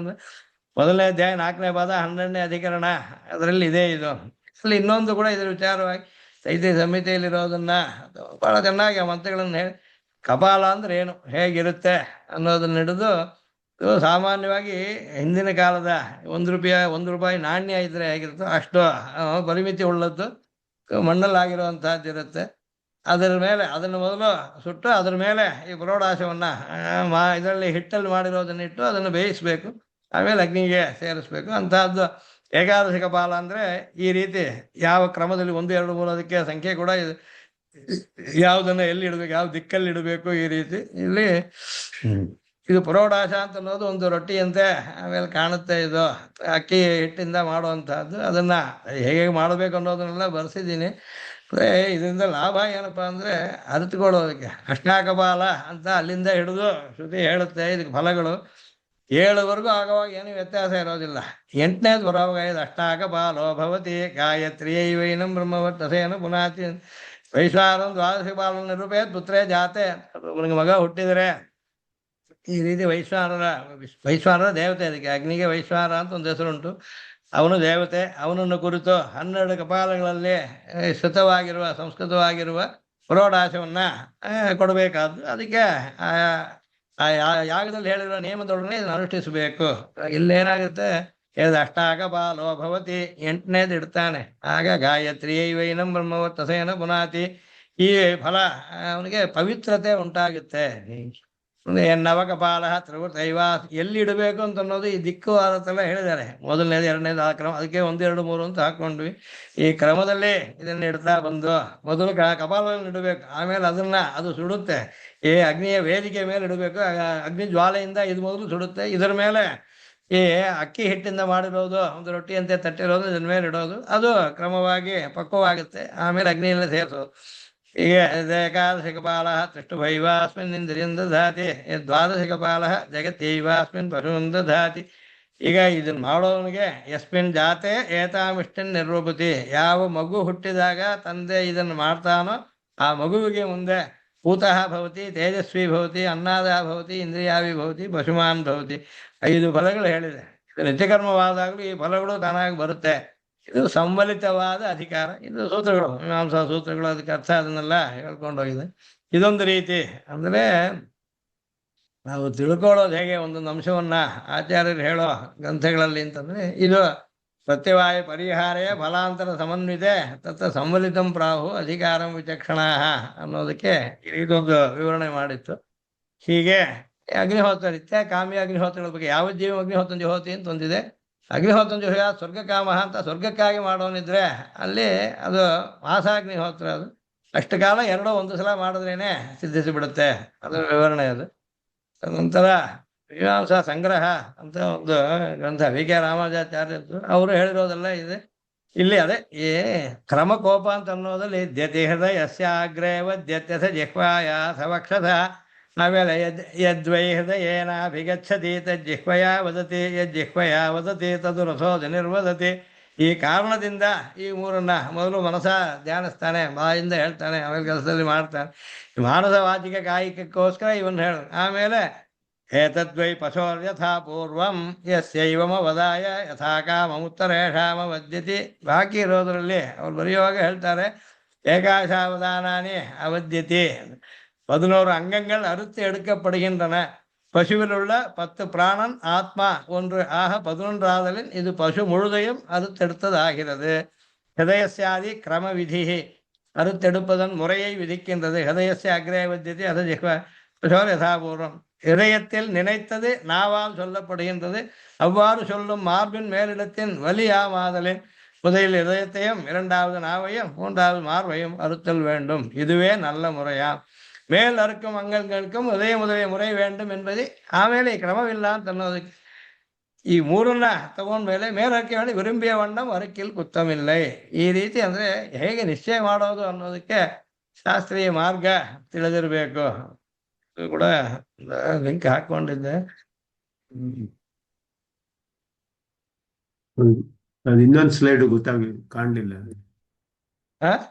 ಅದು ಬೇರೆ ಸ್ಲೈಡ್ ಅದು தெரியல. அது ஸ்லைட் சேஞ்ச் ஆச்சா? அது எந்த ஸ்லைடு தெரியல. சாரபோதினி வியாக்கியான்றது அந்த ஸ்லைடு தான் தெரிஞ்சிட்டு இருக்கு.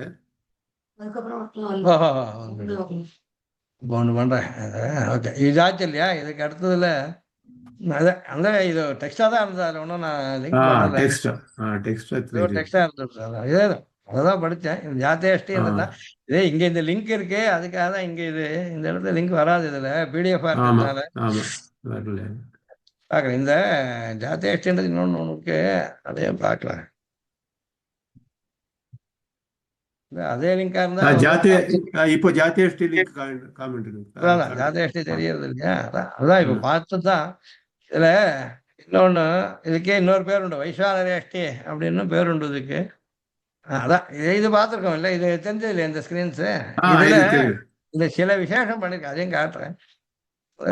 ಇದು ತಿಳ್ಕೊಳ್ಳೋದ್ರಲ್ಲಿ ಪರಿಶ್ರಮ ಪಡಬೇಕು. ಪೂರ್ವಾಚಾರ್ಯರ ಗ್ರಂಥಗಳಲ್ಲಿ ನಮಗೆ ಬಹಳಷ್ಟು ಲಾಭ ಉಂಟು. ಇದು ಕೈಂಕರ್ಯ ದೃಷ್ಟಿಯ ಮಾಡುವಾಗ ಎಷ್ಟು ವಿಶೇಷವಾಗಿ ತಿಳ್ಕೊಂಡ್ರೆ ಅಷ್ಟು ಮನಸ್ಸಿಗೆ ನಮಗೆ ತೃಪ್ತಿ ಏರ್ಪಡುವಾಗ ಪರಮಾತ್ಮ ಪ್ರೀತನಾಗ್ತಾನೆ ಅನ್ನೋದು ನಮಗೆ ವ್ಯಕ್ತವಾಗುತ್ತೆ.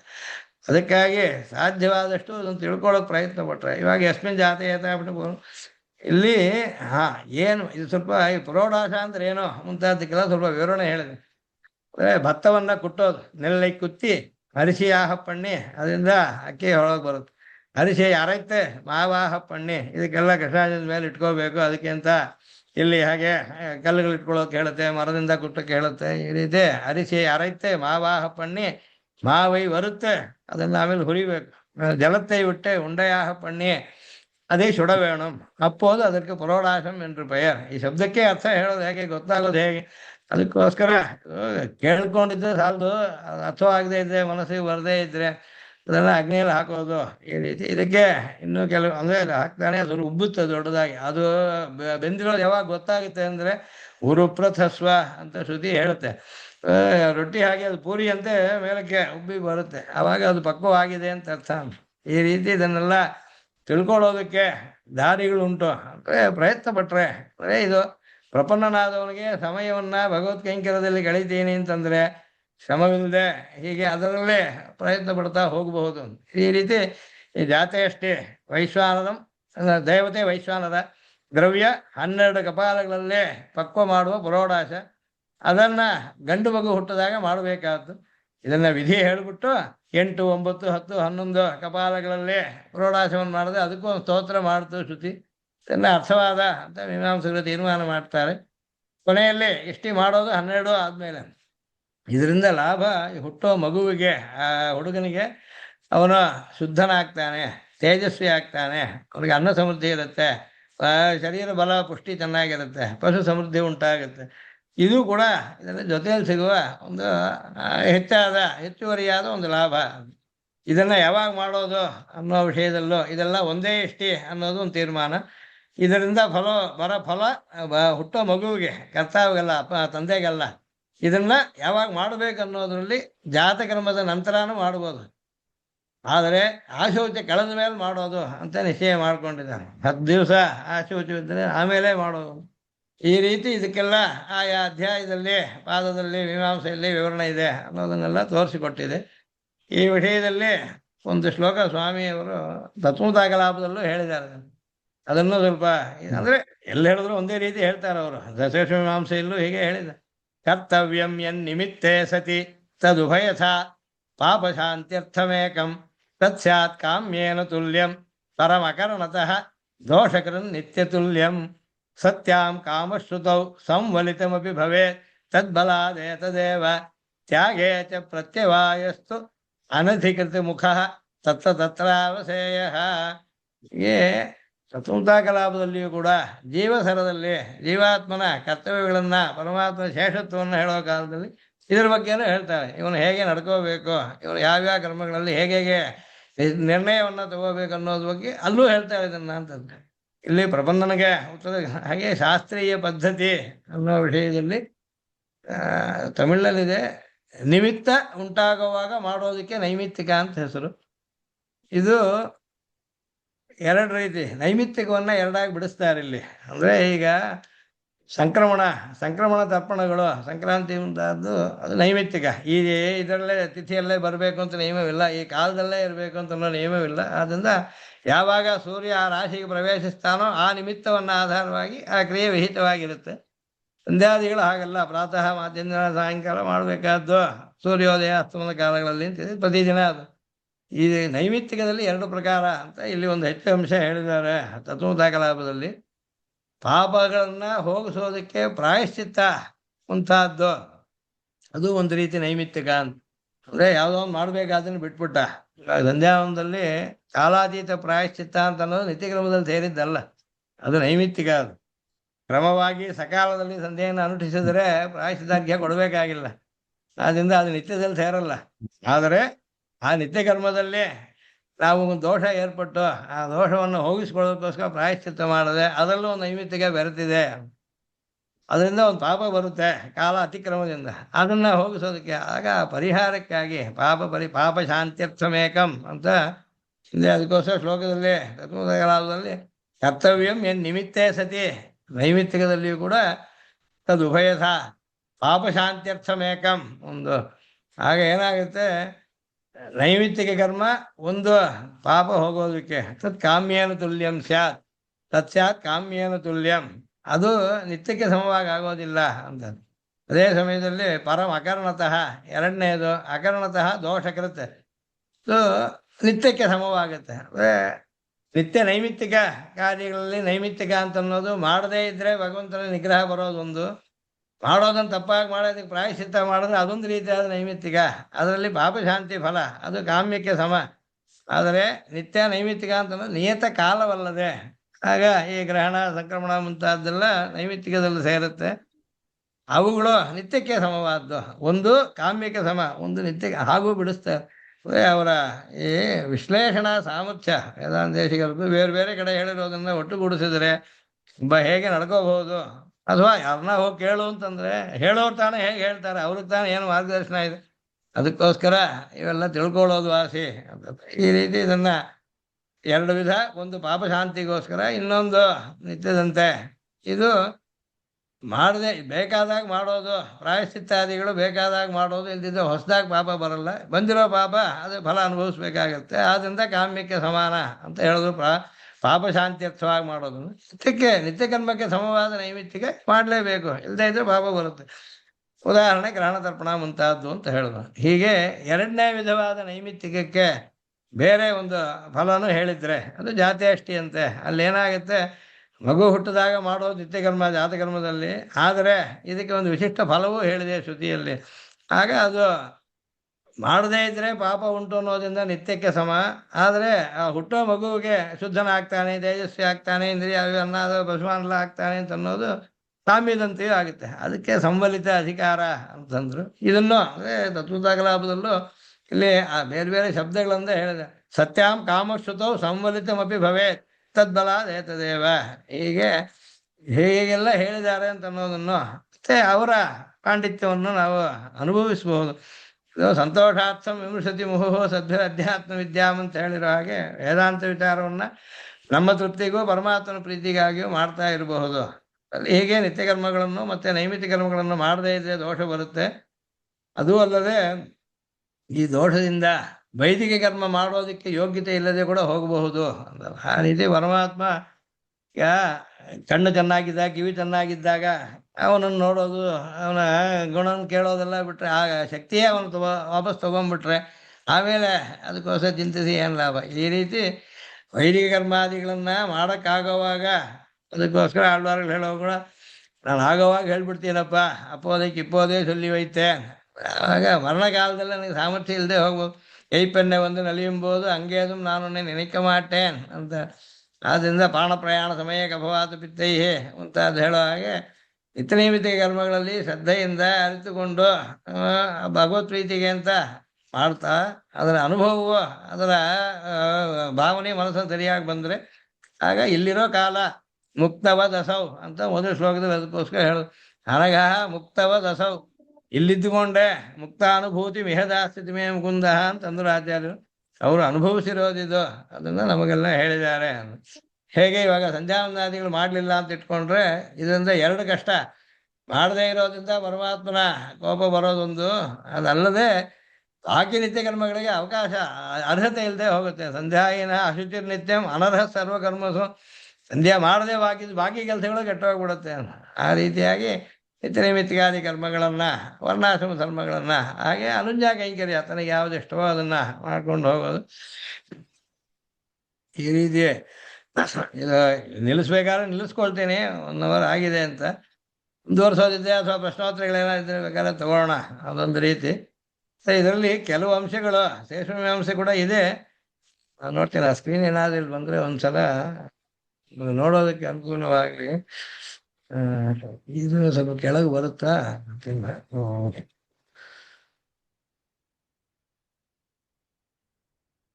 ಒಂದು ಸ್ಕ್ರೀನ್ನಲ್ಲಿ ನಾವು ತಾಳೆ ತೆಗೆದು ಇಟ್ಟಿದ್ದೆ, ಅದೇ ನೋಡೋದಕ್ಕೆ. ಇನ್ನು ನಾವು ಪಬ್ಲಿಷ್ ಆಗಿಲ್ಲ. 1 ಅಧ್ಯಾಯ 2 ಪಾದ ಮಾತ್ರ ಸಿಕ್ಕಿದೆ ಇಲ್ಲಿವರೆಗೂ ಹಾಕಿರೋ ಪುಸ್ತಕಗಳಲ್ಲಿ. ನಮಗೆ 1ನೇ ಅಧ್ಯಾಯ ಪೂರ್ತಿಯೋ 2ನೇ ಅಧ್ಯಾಯ ಪೂರ್ತಿ 3ನೇ ಅಧ್ಯಾಯದಲ್ಲಿ 6 ಪಾದಗಳವರೆಗೂ ಸಿಕ್ತು ಒಂದು ತಾಳೆಗರಿಯಲ್ಲಿ.